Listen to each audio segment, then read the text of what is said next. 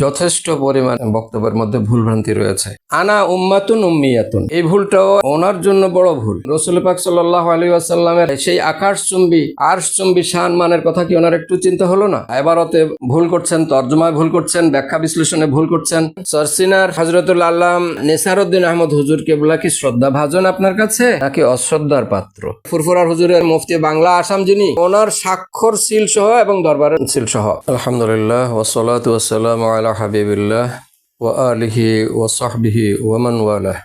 أما بعد فأعوذ بالله من الشيطان الرجيم. بسم الله الرحمن الرحيم. يسألونك عن الأهلة قل هي مواقيت للناس والحج. وقال تعالى في كلامه المجيد فمن شهد منكم الشهر فليصمه. وقال صلى الله عليه وسلم صوموا لرؤيته وافطروا لرؤيته. সদাকাল্লাহুল আযীম ওয়া সাদাকা রাসূলুহুন নবিয়্যুল কারীম। আল্লাহ পাকের লাখ কোটি শুকর যে তিনি আজকের মতো মহান দিনে পবিত্র রমাদান মাসে একটি গুরুত্বপূর্ণ বিষয় নিয়ে আলোচনা করার আশা নিয়ে বসতে পেরেছি। এই জন্য আল্লাহ পাকের দরবারে শুকরিয়া আদায় করি, আলহামদুলিল্লাহ। সম্মানিত উলামায়ে কেরাম, মাশায়েখে আযম, সিয়াম সাধকগণ, সর্বস্তরের সুধীগণ, আসসালামু আলাইকুম ওয়া রাহমাতুল্লাহি ওয়া বারাকাতুহু। আমরা মুসলমান, ইসলামই হচ্ছে আমাদের পূর্ণাঙ্গ জীবন বিধান। এই বিধানে ইসলামী শরিয়ায় কোরআন, সুন্নাহ, ইজমা ও কিয়াস ভিত্তিক আমাদের জন্য যে বিধানাবলী রয়েছে, ফারায়েদ, ওয়াজিবাত, সুনান, নওয়াফিল ও মুস্তাহাব্বাত, এই সব বিষয়গুলো মিলিয়ে যে গুরুত্বপূর্ণ বিষয়টি নিয়ে আজকে কথা বলতে হচ্ছে বিশেষ অবস্থার প্রেক্ষিতে, তা হচ্ছে আল্লাহ পাকের একটি গুরুত্বপূর্ণ সৃষ্টি চাঁদ। এই চাঁদকে কেন্দ্র করেই শরঈ যে বিধানগুলো, রোজার, হজ এবং লাইলাতুল কদর, লাইলাতুল বারাত, লাইলাতুল নিসফি মিন শাবান এবং অন্যান্য যাবতীয় নেক আমলগুলো যার উপর নির্ভরশীল, তা হলো চাঁদ। যেহেতু আল্লাহ পাক ইরশাদ করছেন ইয়াসআলুনাকা আনিল আহিল্লাহ, হে হাবিব, আপনাকে তারা নতুন চাঁদ সম্পর্কে জিজ্ঞেস করবে। আপনি বলে দিন এই নতুন চাঁদগুলো হচ্ছে মাওয়াকিতু লিন্নাস, তোমাদের জন্য সময় নিরূপক। এর দ্বারাই তোমরা সময় বুঝবে, সময় নির্ধারণ করবে।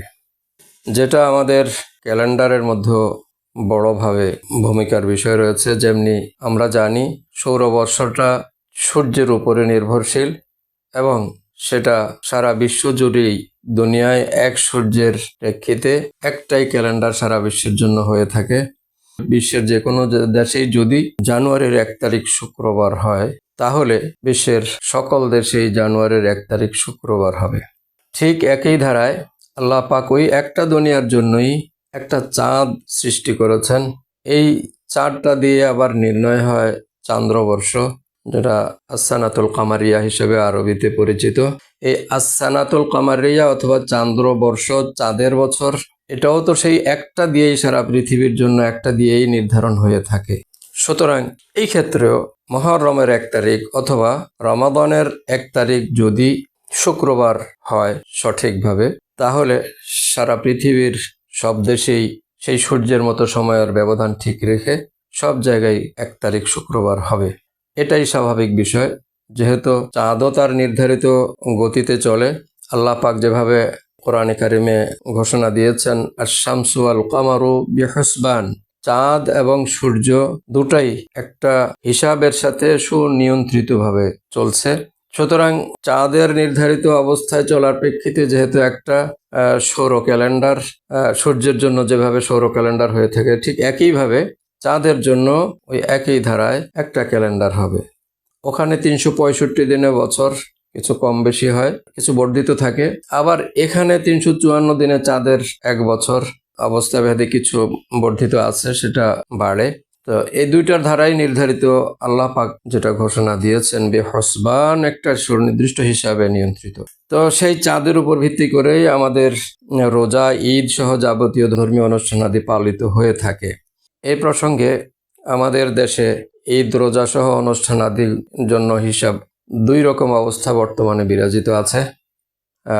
সেই দুই রকম অবস্থার মধ্যে একটা অবস্থা হলো এই দেশে চাঁদ দেখা গেলে এই দেশের চাঁদ দেখার ভিত্তিতেই এই দেশে কার্যকরিত হবে। আরেকটা অবস্থা হলো এই দেশে না, যে কোনো দেশেই চাঁদ দেখা প্রমাণিত হলে নির্ভরযোগ্য সূত্রে চাঁদ দেখার সংবাদ পাওয়া গেলে তখন যারাই নির্ভরযোগ্য সূত্রে জানবে তাদের উপরেই কার্যকরিতা পালন করা কর্তব্য হয়ে পড়বে। এই দুইটা ধারা আছে। এই দুইটা ধারার মধ্যে প্রথম ধারা যেটা বলছি সেটা সরকার কর্তৃক সেভাবে নিয়ন্ত্রিত, ইসলামিক ফাউন্ডেশন কর্তৃক নিয়ন্ত্রিত আরেকটা ধারা। তো দুটার মধ্যে আমি আমার গবেষণায় যেটুকু পেয়েছি, শুরুতে সে কথাটা বলে রাখি, এখানে মাযহাবগত যে পার্থক্যটা আছে সেটা হলো শাফে মাযহাবের বিধান হচ্ছে প্রত্যেক দেশের জন্য আলাদা। এছাড়া আরও তাদের বিভিন্ন মতামত আছে। তো তাদের কমন যে মতামতটা সেটা হলো বা সিদ্ধান্ত সেটা হলো যেই দেশে যখন দেখা যাবে সেই দেশে তারা সেভাবে করবে। প্রত্যেক দেশের জন্যই আলাদা, এক দেশেরটা অন্য দেশে নয়। এটা হলো শাফি মাযহাবের মোটামুটি কমন সিদ্ধান্ত। এছাড়াও আরো অনেকগুলো মত সেখানে আছে তাদের। আমরা এই দেশের অধিকাংশ মুসলমান তো হানাফি, আর হানাফি মাযহাবের সিদ্ধান্ত হচ্ছে কোনো দেশের উপরে সীমাবদ্ধ নয়, বরং পৃথিবীর যে কোনো এক জায়গায় চাঁদ দেখা গেলে সর্বপ্রান্তে যত জায়গায় নির্ভরযোগ্য সূত্রে সংবাদ পৌঁছবে সকল জায়গায় সবাই সেইভাবেই রোজা, ঈদ সহ যাবতীয় ধর্মীয় অনুষ্ঠানাদি পালন করতে হবে। এই দুইটা সিদ্ধান্ত কমনের। আর যেহেতু আমরা এই দেশের মুসলমানরা এখনো বড় অংশ, বেশি পরিমাণে আমরা হানাফি মাযহাবের 90-এর উপরে বা 95-এর উপরে বলা যায়, এই 90-95 যাই হোক, এক কথায় বড় অংশ যেহেতু আমরা হানাফি মাযহাবের, বা আগে থেকে অন্য মাযহাব তো ছিলই না, আর সব হানাফিই ছিল। তো সেই হিসাবে আমাদের এই দেশে হানাফি মাযহাবের অনুসারী হিসেবে হানাফিরা তো হানাফি সিদ্ধান্তই ফলো করবে, এটাই স্বাভাবিক। কিন্তু সেটা না হয়ে দুর্ভাগ্যজনক অবস্থার মধ্য দিয়ে শাফি মাযহাবের অবস্থাটাই ইসলামিক ফাউন্ডেশন কর্তৃক এই দেশে পরিচালিত হচ্ছে সেভাবে। তো সেই অবস্থারই একটা নজিরা বের হয়ে আসলো গত 28 ফেব্রুয়ারি, সম্ভবত ডেটটা।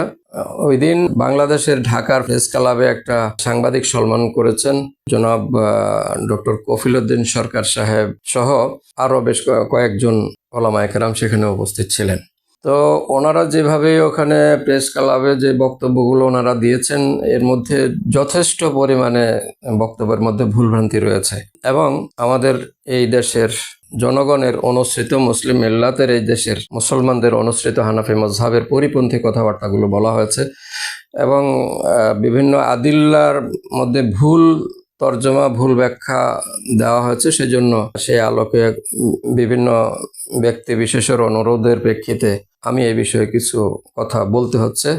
প্রিয় দর্শক শ্রোতা, আপনারা একটু আমার কথাগুলো মনোযোগ সহকারে শুনবেন। আমি এক এক করে যে ভুলগুলো ওনারা করেছেন আমি খুব সংক্ষিপ্তভাবেই চেষ্টা করব সে কথাগুলোর জবাব দেওয়া, কোথায় কোথায় তারা কিভাবে ভুল করছেন, সঠিকটা কি হওয়া উচিত। তো প্রথমত বিজ্ঞ জনাব ডক্টর কফিলউদ্দিন সরকার সাহেব, উনি এ বিষয়ে আলোচনা করতে গিয়ে যে হাদিস শরীফ থেকে দলিল এনে সোমু লিরুইয়াতিহি ওয়াফতিরু লিরুইয়াতিহি, এই হাদিস এর উদ্ধৃতি দিয়ে তর্জমা করেছেন চাঁদ দেখে রোজা রাখো, চাঁদ দেখে রোজা ছাড়ো। চাঁদ দেখে রোজা রাখো, চাঁদ দেখে রোজা ছাড়ো। তো ছাড়ো মানে রোজা ভাঙ্গো বা ঈদ করো, সে কথাটা সেটাই। এখানে শব্দগত কোনো যে কোনো শব্দ হতে পারে, উনি যেটা বলছেন মেনে নিলাম। তো আসলে এই চাঁদ দেখে এই জায়গার মধ্যে সমস্যা। উনি বলেছেন চাঁদ দেখে রোজা রাখো, চাঁদ দেখে রোজা ছাড়ো। এখানে হাদিস শরীফে যে শব্দটা আছে সেই শব্দটার সাথে ওনার এই তর্জমাটা আমি দেখছি সাংঘর্ষিক। কারণ ওনার তর্জমার মধ্যে যে সমস্যাটা ফুটে ওঠে প্রথমে, যে চাঁদ দেখে রোজা রাখো, চাঁদ দেখে রোজা ছাড়ো, মানে হলো তুমি নিজে চাঁদ দেখবে তাহলে রোজা রাখবে, নিজে দেখবে না রোজা রাখবে না। তুমি নিজে চাঁদ দেখবে রোজা ছাড়বে, তুমি দেখবে না রোজা ছাড়বে না, অর্থটা এরকমই ফুটে ওঠে। কিন্তু আসলে হাদিস শরীফের শব্দগুলো যেভাবে, হরফগুলো যেভাবে ছেদ করা আছে তার মধ্যে এই অর্থটা নয়। আর যদি এই অর্থটাই হতো তাহলে অর্থটা দাঁড়াতো যারা চাঁদ দেখবে না তারা রোজা রাখবে না। তো ডক্টর কফিলউদ্দিন সাহেব উনি নিজেও তো প্রত্যেক বছরে চাঁদ দেখে নিজে থেকে দেখে রোজা রাখেন না, রাখতে পারেন না। কারণ উনি যেখানে অবস্থান করেন সেখানে এই জায়গা থেকে প্রথম দিনের চাঁদ অনেক সময় দেখা যায় না।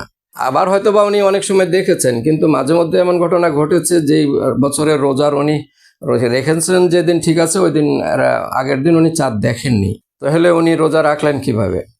চাঁদ দেখে তো রোজা ওনার রাখা হলো না। আর অন্ধরা তো চাঁদ দেখে না, ইমাম সাহেব মজ্জানরা নামাজ মসজিদের জন্য এইসব নিয়ে ব্যস্ত থাকে, ওনারা চাঁদ তালাশের সুযোগ পায় না, চাঁদ দেখার সুযোগ হয় না, অতএব ওনারা কি রোজা রাখবেন না? যেসব নারীরা চাঁদ দেখে না তারা কি রোজা রাখবে না? আসলে তর্জমা সঠিকটা সেটা নয়। যদি সেভাবে উনি যেভাবে তর্জমা করছেন সেটা সঠিক হইতো, তাহলে এইসব অন্য লোকদের যারা দেখবে না তাদের রোজা রাখতে হতো না। সঠিক তর্জমাটা কি? সঠিক তর্জমাটা হলো যে চাঁদ দেখা গেলে রোজা রাখো, চাঁদ দেখা গেলে ঈদ করো বা রোজা ছাড়ো। তো চাঁদ দেখা গেলে কেন, অর্থটা এখানে এভাবে ক্লিয়ার হয়ে যায় যে চাঁদ দেখা গেলে মানে চাঁদ দেখা গেছে, আমি দেখছি অথবা অন্য কেউ দেখছে, বিশ্বস্ত কোনো সূত্র পাওয়া গেছে চাঁদ দেখেছে বলে, ব্যাস হয়ে গেল। আমি দেখছি অথবা না দেখছি সেটা শর্ত না, দেখা গেছে এটাই হলো কথা। এখন এই কথাটা হাদিস শরীফে কিভাবে আছে, তর্জমাটা সঠিকভাবে আমি যেটা বলছি সেটাই হবে। দেখুন আমি বলছি, খেয়াল করুন। আল্লাহর হাবিব সাল্লাল্লাহু আলাইহি ওয়াসাল্লাম ইরশাদ করছেন, সোমু, তোমরা সকলে রোজা রাখো। শব্দটা জমা, আম, ব্যাপক অর্থে রাসূল সাল্লাল্লাহু আলাইহি ওয়াসাল্লাম বলছেন সবাইকে, সোমু, তোমরা সকলে রোজা রাখো। লিরুইয়াতিহি, উহার দেখার দ্বারা, মানে নতুন চাঁদ দেখার দ্বারা, সেই হেলাল দেখার দ্বারা, হেলাল দেখার কারণে, হেলাল দেখার সববে, হেলাল দেখা গেলে। লিরুইয়াতিহি, এখানে একটা হরফ অতিরিক্ত যোগ করা হয়েছে। উনি যে তর্জমাটা করেছেন দেখার থেকে অতিরিক্ত একটা হলো লি হরফ যুক্ত আছে। এখন লি শব্দ হরফটার অর্থ কি, এখানে কেন লিটা নেওয়া হয়েছে? লিটা নেওয়ার একটা গুরুত্ব আছে, সেই গুরুত্বটা হচ্ছে আরবি কাওয়ায়েদ এর মধ্যে, বিশেষ করে বালাগাতের দৃষ্টিকোণ থেকে বিষয়টা যদি আমরা নজর দিই তাহলে যে অত্যন্ত গুরুত্বপূর্ণ। জিয়াদাতুল মাবনা তাদুল্লু আলা জিয়াদাতিল মানা, মাবনা যদি বেশি হয়, মানে শব্দের মধ্যে অক্ষর যদি বেশি হয়, বাক্যের মধ্যে শব্দ যদি বেশি হয়, তাহলে অর্থও বেশি হবে। সুতরাং এখানে আমরা দেখতে পাচ্ছি যে রুইয়াতের সাথে একটা লাম হরফ অতিরিক্ত আছে, সুতরাং এই হরফটার তো অর্থ আনতে হবে, তাইলে না সঠিক অর্থটা বেরিয়ে আসবে। কিন্তু শুধু দেখে বললে তো আর লামের অর্থ আসছে না, সুতরাং লামের অর্থটা কি সেটা বুঝতে হবে, সেটা আনতে হবে, তাহলে অর্থটা ক্লিয়ার হবে।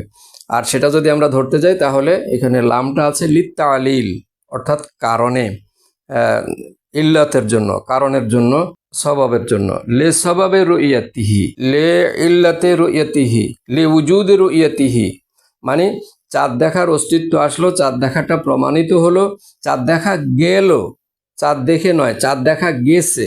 যেই দেখছে না কেন, চাঁদ দেখা গেছে কথাটা সত্য নির্ভরযোগ্য যদি হয়, তাহলে তার প্রেক্ষিতেই রোজা রাখতে হবে, ঈদ করতে হবে। সুতরাং চাঁদ দেখে রোজা রাখো, চাঁদ দেখে রোজা ছাড়ো, বিষয়টা এরকম না, অর্থটা এরকম সঠিক না, বরং বলতে হবে চাঁদ দেখা গেলে রোজা রাখো, আবার চাঁদ দেখা গেলে রোজা ছাড়ো বা ঈদ করো।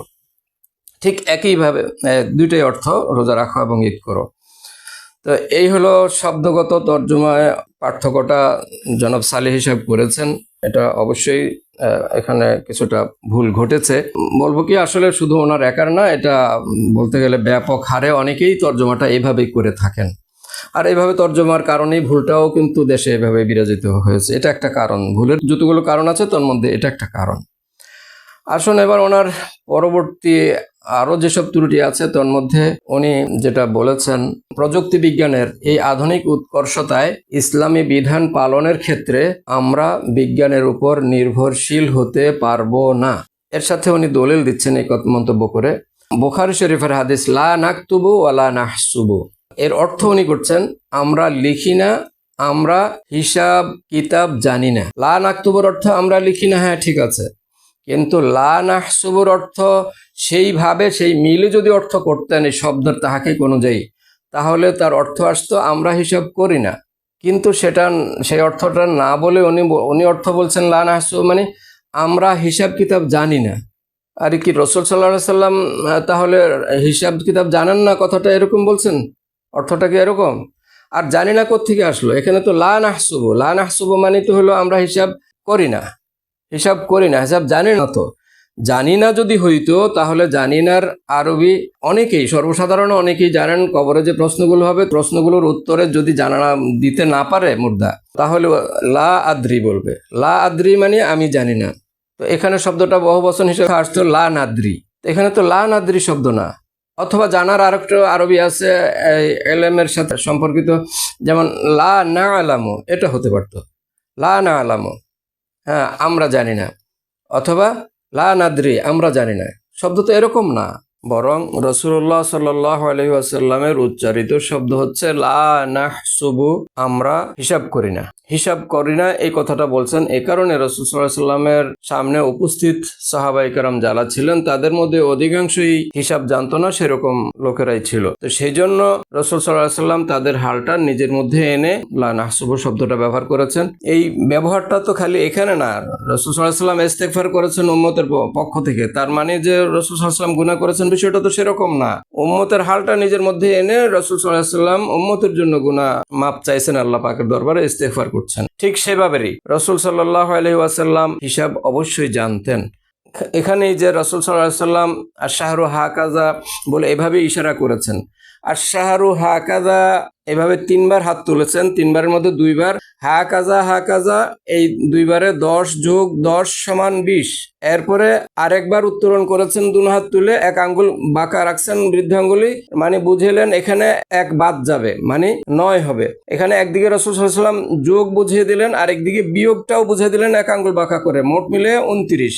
আবার রাসূল সাল্লাল্লাহু আলাইহি ওয়াসাল্লাম আও হাকাযা বলে আও হাকাযা হাকাযা 3 বারই 10 10 তুলছেন। তোলার মাধ্যমে রাসূল সাল্লাল্লাহু আলাইহি ওয়াসাল্লাম বুঝিয়ে দিয়েছেন এখানে 10 10 মানে 3 10 30। এখানে রাসূল সাল্লাল্লাহু আলাইহি ওয়াসাল্লাম গুণ অঙ্ক শিক্ষা দিয়ে দিলেন, গণিতের এই যোগ বুঝালেন, বিয়োগ বুঝালেন, গুণও বুঝালেন। তারপরে আমরা যদি সুমুলি রুয়াতি আফতারুলি রুয়াতির হাদিসের দিকে নজর দেই, সেখানে আছে ফাইন গুম্মা ফাইন গুম্মিয়া, বিভিন্ন রাওয়ায়াতে বিভিন্ন শব্দ এসেছে, ওগমিয়া গব্বিয়া এভাবে শব্দ আছে। যদি চাঁদ গোপন থাকে দেখা না যায় তাহলে কি করতে হবে, সেখানে রাসূল সাল্লাল্লাহু আলাইহি ওয়াসাল্লাম বলছেন ফাকমিলু ফাকদিরু, এভাবে মানে পূর্ণ করো 30 অথবা গণনা করো হিসাব করো, এই কথাগুলো ওখানে বিভিন্ন রাওয়ায়াতে বিভিন্নভাবে আসছে। অতএব গণনার কথা হিসাবের কথা নাই কোথায়, রাসূল সাল্লাম এখানেও তো হিসাব নিজে করে দেখায় দিলেন, আবার 30-এর জন্য গণতেও বললেন। এইভাবেই 1 মাস 29 আবার আরেক মাস 30 হবে, এভাবে বছরের 12টা মাস হবে, এভাবে আবার বছরের পর বছর হবে, 12 মাসে 6টা 29 6টা 30 হলে মোট 354 দিনে বছর হবে। এইসব বিষয়গুলোর দিকে রাসূল সাল্লাল্লাহু আলাইহি ওয়াসাল্লাম ইঙ্গিত দিয়ে ইশারা আকারে বুঝিয়ে দিলেন হাকাযা বলে, এবং এর মধ্যে হিসাব করার কথাই রাসূল সাল্লাল্লাহু আলাইহি ওয়াসাল্লাম বলেছেন ফাকদিরু ফাকমিলু, এই কথাগুলোর দ্বারা হিসাব করতেই আদেশ করেছেন। তাছাড়া কোরআনে তো আল্লাহ পাক ইরশাদ করেছেন আশ-শামসু ওয়াল কামারু বিহুসবান, চাঁদ এবং সূর্য দুটাই হিসাবের দ্বারা নিয়ন্ত্রিত, হিসাবের মধ্যেই চলে। উনি এভাবে জানিনার অর্থটা কেন না আনলেন? রাসূল পাক সাল্লাল্লাহু আলাইহি ওয়াসাল্লামের সেই আকাশচুম্বী আরশচুম্বী শান মানের কথা কি ওনার একটু চিন্তা হলো না? কফিলউদ্দিন সাহেব অবশ্যই বিষয়টা হয়তো বা ভাবেন নেই, সেভাবে ভাবলে এটা অবশ্যই ওনার বিবেকে ধরা পড়বে, কিন্তু রাসূল পাক সাল্লাল্লাহু আলাইহি ওয়াসাল্লামের শানে এই জানিনার আঘাতটা তো হয়ে গেছে, সেটা ভাবলে বুঝলে তখন বোঝা যাবে যে এটার ওয়েটটা কত। রাসূল পাক সাল্লাল্লাহু আলাইহি ওয়াসাল্লাম জানেন না সেই কথাটার এখানে তর্জমায় আনা হয়েছে, অথচ রাসূল সাল্লাল্লাহু আলাইহি ওয়াসাল্লাম যে শব্দ ব্যবহার করেছেন তার মধ্যে তো এই শব্দই নাই, অর্থ আসলো কেন? যাই হোক, এই হলো অন্য আরেকটা ভুল। এটা নিয়ে জনাব কফিলউদ্দিন সাহেব ভাবা উচিত, ভুলটা কতটুকু হয়েছে, এখন কি করণীয় উচিত ওনার, সেটা উনি করবেন আশা করি। তারপরে এর সাথে উনি বলেছেন প্রযুক্তির উপর ইসলাম ধর্মকে ছেড়ে রাখেন নাই। এই প্রযুক্তির উপরে ছেড়ে রাখেন নাই এই কথাটা এখানে কেন আসলো? এখানে তো প্রযুক্তি সম্পর্কে কোনো কথা নেই। হ্যাঁ, যদি হিসাবের কথা বলা হয় যে হিসাব বলতে প্রযুক্তি, হিসাব তো শুধু প্রযুক্তি না, প্রযুক্তির মধ্যে তো হিসাব ছাড়া আরো কত কিছু আছে, সুতরাং এটা দিয়ে তো এই কথার দলিল হয় না। কিয়াস মাল ফারেকের অবস্থার মধ্যে পড়ে গেছে এই কথাটা, আমি যেটুকু বুঝি। তো এরপরে দেখেন প্রিয় দর্শক শ্রোতা, খেয়াল করুন একটু, এরপরে এই লা নাকতুবু আর লা নাহসুবুর অর্থটা উনি আবার করছেন। লা নাকতুবু অর্থ হলো প্রযুক্তির কাছে ইসলাম ভাড়া দেওয়া যাবে না, প্রযুক্তির উপর ইসলাম নির্ভরশীল নয়। এই কথাগুলো উনি কোত্থেকে আনলেন, কিভাবে আনলেন? এটা আসলেই যে কি উনি আসলে বিরোধিতার নিয়তে বিরোধিতা শব্দগুলো কথাগুলো ব্যবহার করছেন এরকম, নাকি যদি বিরোধিতার ক্ষেত্রে বিরোধিতা কথা হয় সেটা আসলে কি ওনার মতো ব্যক্তিত্বের কাছে এগুলো কাম্য না।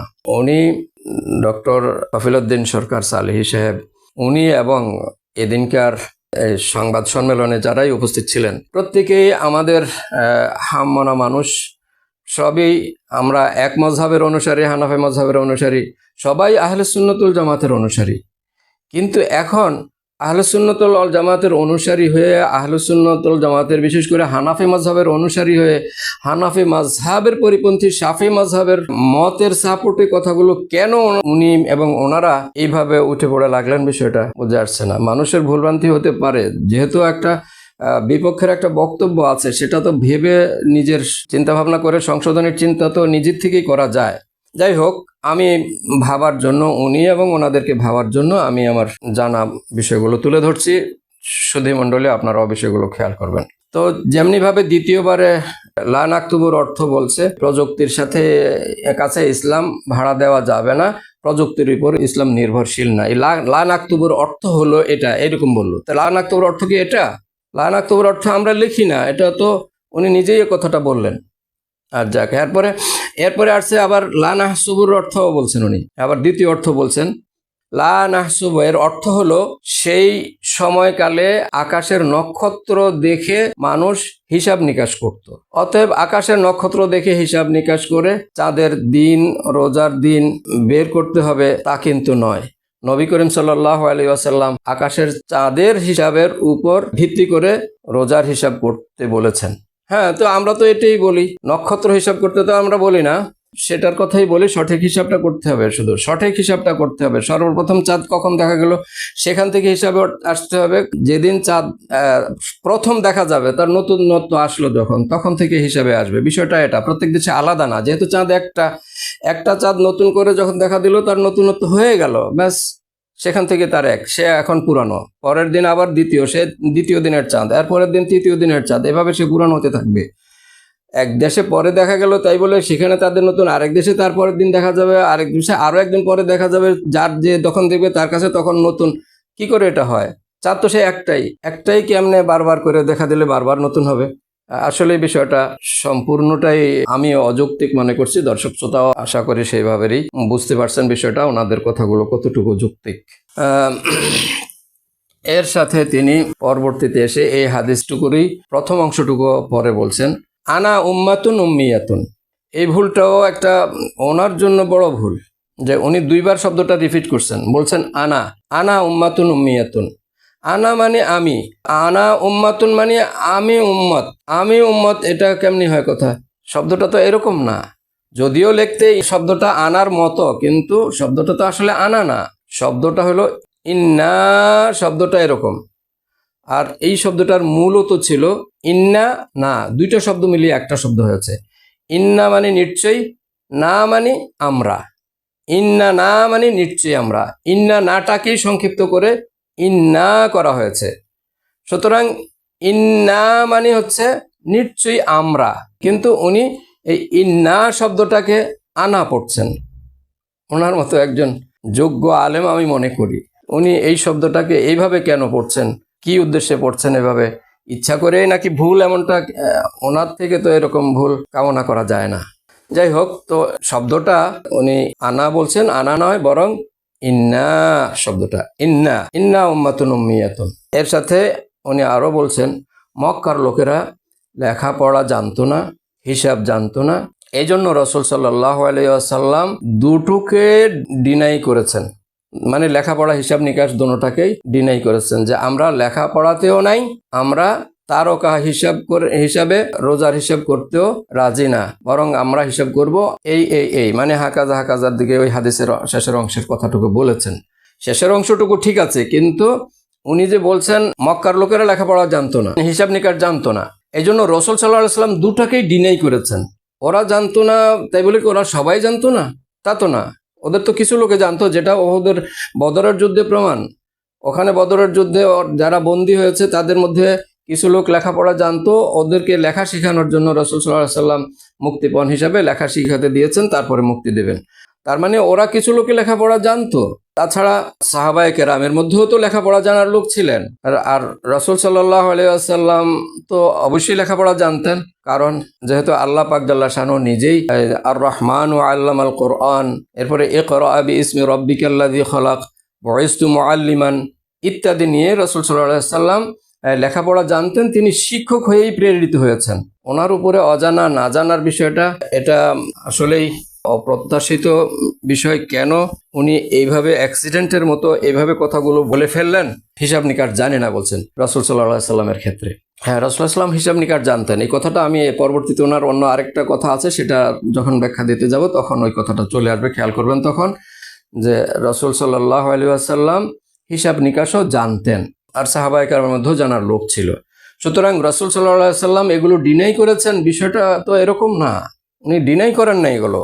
এটুকু সংক্ষেপে বলে রাখি যে রাসূল সাল্লাল্লাহু আলাইহি ওয়াসাল্লাম এইভাবে কথাটা বলার পেছনে কারণ হলো সাহাবায়ে কেরাম যারা উপস্থিত ছিলেন তখন কথার মধ্যে, এবং পরবর্তীতেও শুনবেন, তাদের মধ্যে অনেকেই লেখাপড়া জানে না। তো তারাও যেন সহজে বুঝে, যারা জানে তারাও যেন বুঝে, যারা জানে না তারাও যেন বুঝে, জানা আর অজানা সবাই যেন সহজে বুঝে। সেজন্য রাসূল সাল্লাল্লাহু আলাইহি ওয়াসাল্লাম একেবারে লা নাকতুবু ওয়া লা নাহসুবু বলে নিজের মধ্যে নিয়ে এসেছেন, তাদের হালটা নিজের মধ্যে এনেছেন। ওরা জানতো না, হে হালটা রাসূল সাল্লাল্লাহু আলাইহি ওয়াসাল্লাম নিজের মধ্যে এনে নিজেকে তাদের মধ্যে করে নিয়ে তারপরে তাদেরকে কথাটা ওইভাবে বুঝালেন, যে বললেন ইশারা করে, আশ-শাহরু হাকাযা হাকাযা, মাস এই এই, মানে তিনবার করে হাতের আঙ্গুলগুলো দেখাবার জন্য হাত তুলছেন। আশ-শাহরু হাকাযা, এভাবে হাত তুলে তিনবার হাত দেখিয়েছেন।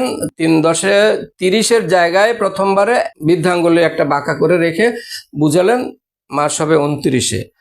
আবার তিনবার হাত তুলে 3-10-30, তিনবারই 10-10 করে দেখালেন, তো মিলে মাস 29 হবে, 30 হবে, এইভাবে ইশারা করে বুঝিয়ে দিলেন। রাসূল সাল্লাল্লাহু আলাইহি ওয়াসাল্লাম শিক্ষকতায় কেমন পাণ্ডিত্যের, কেমন সূক্ষ্ম দৃষ্টিকোণ থেকে সবাই বুঝবার জন্য উপস্থিত বুদ্ধি অনুযায়ী তিনি এভাবে সবাইকে বুঝার জন্য সেভাবে রুল অ্যাপ্লাই করে বুঝিয়ে দিলেন যে মাস হয় 29 হবে, না হয় 30 হবে।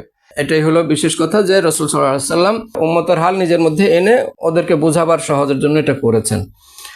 আর যদি সত্যিকার অর্থে রাসূল সাল্লাল্লাহু আলাইহি ওয়াসাল্লাম জানতেন না, সেই অর্থেই যদি হতো, তাহলে তো রাসূল সাল্লাল্লাহু আলাইহি ওয়াসাল্লাম যে তওবা করেছেন, ইস্তেগফার করেছেন, রাসূল সাল্লাল্লাহু আলাইহি ওয়াসাল্লাম তো বেগুনাহ ছিলেন। তো তওবা ইস্তেগফার জন্য সূরা নাসরের মধ্যে যেমন এসেছে, ফাসাব্বিহ বিহামদি রাব্বিকা ওয়াস্তাগফির, রাসূল সাল্লাল্লাহু আলাইহি ওয়াসাল্লামকে আল্লাহ ইস্তেগফার করার জন্য বলছেন। এই ইস্তেগফার করার জন্য বলছেন। অন্য আয়াতে হলো ওয়াস্তাগফির লিযামবিকা ওয়ালিল মুমিনিন, সেই আয়াত। এই ধরনের আয়াতগুলো দেখে কেউ কেউ রাসূল সাল্লাল্লাহু আলাইহি ওয়াসাল্লাম গুনাহ করেছেন এই কথা বলছেন, নাউযুবিল্লাহ, আল্লাহ পাক হেদায়েতের পথে রাখেন। তো এই রাসূল পাক সাল্লাল্লাহু আলাইহি ওয়াসাল্লামের উপরে গুনাহ তহমত দিচ্ছেন। উনি তো গুনাহ ছিলেন, ওনার তো কোনো গুনাহ ছিল না। ওনার কেন, কোনো নবীরই কোনো গুনাহ ছিল না, সব নবীরা বেগুনাহ ছিলেন, কোনো নবীর কোনো গুনাহ ছিল না। ওখানে যেমন গুনাহ না থাকার সত্ত্বেও তিনি ইস্তিগফার করেছেন, মানে উম্মতের গুনাহ নিজের মধ্যে এনে আল্লাহর কাছে ক্ষমা চেয়েছেন, মানে উম্মতের গুনাহই আমার গুনাহ, উম্মতকে মাফ করেন, আমাকে মাফ করেন, আমার উম্মতকে মাফ করেন। এক কথায় হলো যে উম্মত, আমার উম্মতকে মাফ করেন। উনি ইস্তেগফার করা মানে উম্মতের জন্য মাফ চাওয়া। তো এখানেও রাসূল সাল্লাল্লাহু আলাইহি ওয়াসাল্লাম লা নাকতুবু ওয়া লা নাহসুবুর মানে আমি লিখতে জানি না, আমি হিসাব করতে জানি না, বিষয়টা এরকম না, বরং উম্মতের হালটা নিজের মধ্যে এনে তিনি এইভাবে কথাটা বলেছেন। বিষয়টা একটা অনুধাবনের বিষয়। এরপরে পরবর্তী পয়েন্ট যেটা উনি এই বিষয়টার মধ্যে যারা জাতীয় চাঁদ দেখা কমিটির বা ইসলামিক ফাউন্ডেশনের সিদ্ধান্ত মতো সেদিন না করে তার আগের দিন করে, আগের চাঁদ দেখার ভিত্তিতে আগে করে যারা, উনি তাদের এই রোজাটা সঠিক না, এবং ওই হিসাবে অথবা পরবর্তীতে ঈদের চাঁদ আগে দেখার প্রেক্ষিতে আগে ঈদ করলে তখন সেটা ইসলামিক ফাউন্ডেশনের সিদ্ধান্তের আগের দিন হয়, অতএব সেটা রোজা হলো না। এই রোজা না হওয়ার কারণে তারা কাফের হয়ে যাবে, তাদেরকে হত্যা করতে হবে। হ্যাঁ, এই কথাটা প্রমাণ করার জন্য উনি একখানা দলিল উপস্থাপন করলেন। ওরাল ইসলামে ওয়া কাওয়াইদুল ইসলামে, ওখানে অবশ্য হাদিসে অন্য শব্দ কাওয়াইদুদ দ্বীনে আছে, তো ইসলাম কাওয়াইদুল ইসলামেও হয়তো বা কোনো রিওয়ায়াতে থাকতে পারে সালাসাতুন। আমি ধরে নিলাম ওনারটা ঠিক, যদিও এখানে দ্বিতীয় ইসলামের ক্ষেত্রে দিন আছে। তো কাওয়াইদুল ইসলামে অথবা কাওয়াইদুদ দ্বীনে সালাসাতুন, দিনের কাওয়ায়েদ অথবা ভিত্তি স্তম্ভ যেটা বলি তিনটি। এখানে উনি তর্জমা আরবিতে তিনটি উচ্চারণ করছেন, বলছেন কাওয়াইদুল ইসলামে সালাসাতুন বলছেন, কিন্তু তর্জমা করতে যেয়ে বলছেন ইসলামের ভিত্তি 5টি জিনিস। পড়ছেন হাদিস 3টি আর উনি তর্জমা করছেন 5টি। 5টির ভিত্তির কথা হাদিস অন্য হাদিস আছে, সেটা তো এই হাদিস না। এখানে তো তিনি বলছেন হাদিস যেটা এটা অন্য হাদিস, এই হাদিসে 3টির কথা আছে, 3টিই তো বলবেন, কিন্তু 3টি না বলে উনি 5টি বলে ফেলছেন। মূল টার্গেট হলো ওনার যে ইসলামিক ফাউন্ডেশনের সিদ্ধান্তের আগে যারা ঈদ করে তাদেরকে কাফের বানাইতে হবে, তাদেরকে হত্যা করার সিদ্ধান্তটা ওনার দিতে হবে, সেই জন্য উনি বিষয়টা মনে হয় আউলিয়ে ফেলেছেন। এরপরে এই হাদিসের পরবর্তী অংশ, মান তারাকাহা, এই 3টার যে কোনো একটা, উনি বলছেন এই 5টি জিনিসের একটা যে কোনো একটা যদি কেউ নষ্ট করে, মানে ছেড়ে দেয়, তারাকাহা ছেড়ে দেয়, উনি বলছেন নষ্ট করে ফেলে, তাহলে মানে হলো রোজা তরক করা, রোজা নষ্ট করা, সেই জন্য নষ্ট করে বলছে। আসলে তারাকা অর্থ হলো ছেড়ে দেওয়া। যাই হোক, তাহলে কি হয়, ফাহুয়া বিহা কাফিরন, সে এর দ্বারা কাফের হয়ে যাবে। হালাল উদ্দামে, তার দম হালাল হবে, মানে তাকে হত্যা করা জায়েজ হবে, বৈধ হবে। এই কথাটাই মানে হলো এই ইসলামিক ফাউন্ডেশনের ঘোষণার আগে যে কোনো দেশের চাঁদ দেখার ভিত্তিতে, সর্বপ্রথম চাঁদ দেখার ভিত্তিতে যারা রোজা রাখে, ঈদ করে, তাদেরকে কাফের ফতোয়া দেওয়ার জন্যই এই দলিলটুকু টেনে আনায়, এটাই বোঝা যাচ্ছে। আর তারা কাফের, আর তাদেরকে বলে হত্যা করা বৈধ। এই বৈধতার হাদিস দিয়ে দিলেন। এখন এখানে ওনাকে প্রশ্ন যে তাহলে এর অর্থ দল যারা ইসলামিক ফাউন্ডেশনের অনুসরণে অথবা যারা ওনার অনুসরণে পরের দিনই রোজা রাখছে, এদের মধ্যে যদি কেউ কোনোদিন রোজা ছাড়ে, তাহলে তারাও কি কাফের হয়ে গেল? তাদেরও কি হত্যা করা কর্তব্য? ওনার জানাশোনার মধ্যে কি কেউ রোজা ছাড়েনি এরকম? তাদের কি উনি কি হত্যার সিদ্ধান্ত দিয়েছেন, এরকম কাফের ফতোয়া দিয়েছেন? প্রিয় সুধী, সম্মানিত দর্শক শ্রোতা, আসলেই এই অবস্থাটা ইখতিলাফুল উলামায়ে রাহমাতুন, আলেমদের ইখতিলাফ মত পার্থক্যটা রহমত, কিন্তু অবস্থাটা যেভাবের মধ্যে ওনারা নিয়ে যাচ্ছেন, মনে হয় যেন এটা ইখতিলাফ না খিলাফে পরিণত হচ্ছে, বিরোধিতা করতে যাচ্ছেন। এরপরে বিরোধিতা করছেন যেভাবে, কোরআন সুন্নাহর ভুল তর্জমা, ভুল ব্যাখ্যা দিয়ে দিয়ে এভাবে করা হচ্ছে। এই বিষয়গুলো আমি আশা করব যে আমাদের মহাব্বতের ব্যক্তিত্ব ওনারা সুন্নিয়াতের খাতিরে এবং তরিকতপন্থীর দিক থেকেও আমরা ফুরফুরার মুজাদ্দেদে জামান হযরত পীর সাহেব রহমতুল্লাহ আলাইহির মতাদর্শের তরিকতের দিক থেকে সেই হিসেবেও একটা মহাব্বত আমাদের আছে তাদের প্রতি। আমি অনুরোধ করব বিষয়গুলো এইভাবেই জেদের বশীভূত হইয়া অথবা বিরোধিতার বশীভূত হইয়া এই কাজগুলো না করে বিবেচনা করুন সঠিক অবস্থাটা আসলে কি। আমি আরো বাকি কথাগুলোর দিকে যাচ্ছি ইনশাল্লাহ, বিষয়গুলো ইনশাল্লাহ সুধী মণ্ডলী আপনাদের সবার কাছে আরো ক্লিয়ার হয়ে যাবে।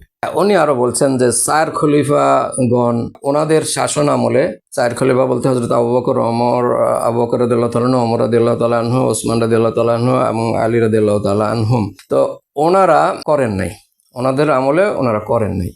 এরপরে রাসূল সাল্লাল্লাহু আলাইহি ওয়াসাল্লামের ওফাতের পরে সাহাবায়ে কেরাম ইসলাম প্রচারে সারা বিশ্বে ছড়িয়ে পড়েছেন।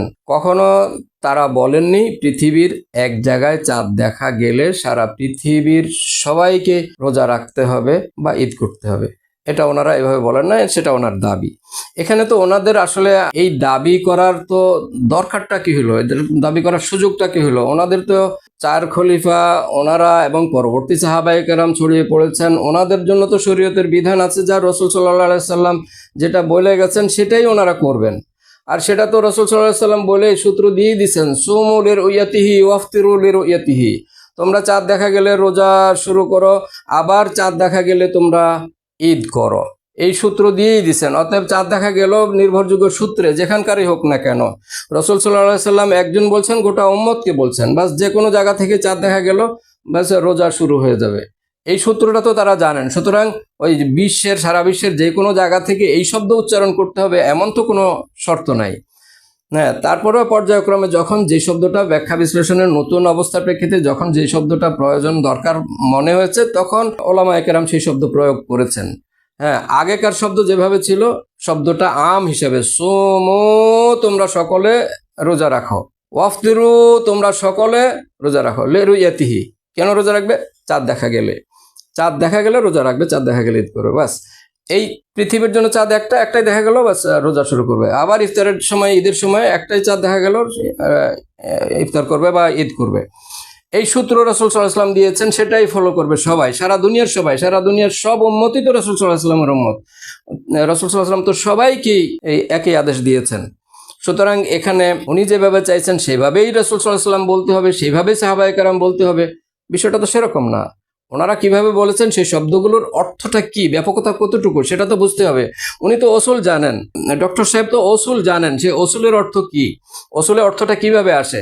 সুমো শব্দটা জমা, এটা যে আম, এটা যে ব্যাপক অর্থ দেয়, সে কথাটা ওনার জানা আছে। কেন উনি এরপর উল্টো অর্থ করেন আমি বুঝে আসছেন। ওনার সাথীরাও ওখানে যারা আছেন, ওনারাও আমি মনে করি বিজ্ঞ মানুষ, আমাদের মনে মানুষ, হামাকিদের মানুষ, কিন্তু তারপরেও কেন যে এই বুঝ থাকার মতো মানুষ হওয়া সত্ত্বেও বিষয়গুলো ওনারা কেন বুঝতেছেন না, নাকি ইচ্ছা করে এরকম করছেন জানি না, আল্লাহ পাক ভালো জানেন।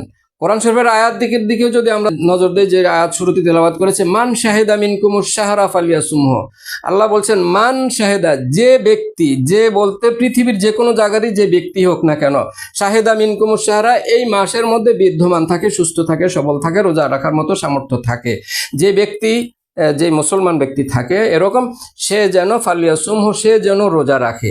আল্লাহ পাকও এই কথাই বলছেন, রাসূল পাক সাল্লাল্লাহু আলাইহি ওয়াসাল্লাম বলেছেন সুমু, তোমরা সকলে রাখো, আম হিসাবে সোজাসুজি কথা। সুতরাং এখানে আর ভিন্ন মত পোষণ করা, ইখতিলাফ করার তো সুযোগ নাই। উসুলের স্পষ্ট ভাবেই তো আল মুতলাকু ইউতলাকু আলাল ফারদিল কামিল, এখানে ওই যে রুইয়াতটাকেও মতলক রাখা হয়েছে। একদিকে সুমু বলে খেতাবটা আম করা হয়েছে, অন্যদিকে রুইয়াতটাকেও মতলক করা হয়েছে, মানে যে কোনো জায়গার চাঁদ দেখা মতলক ভাবে।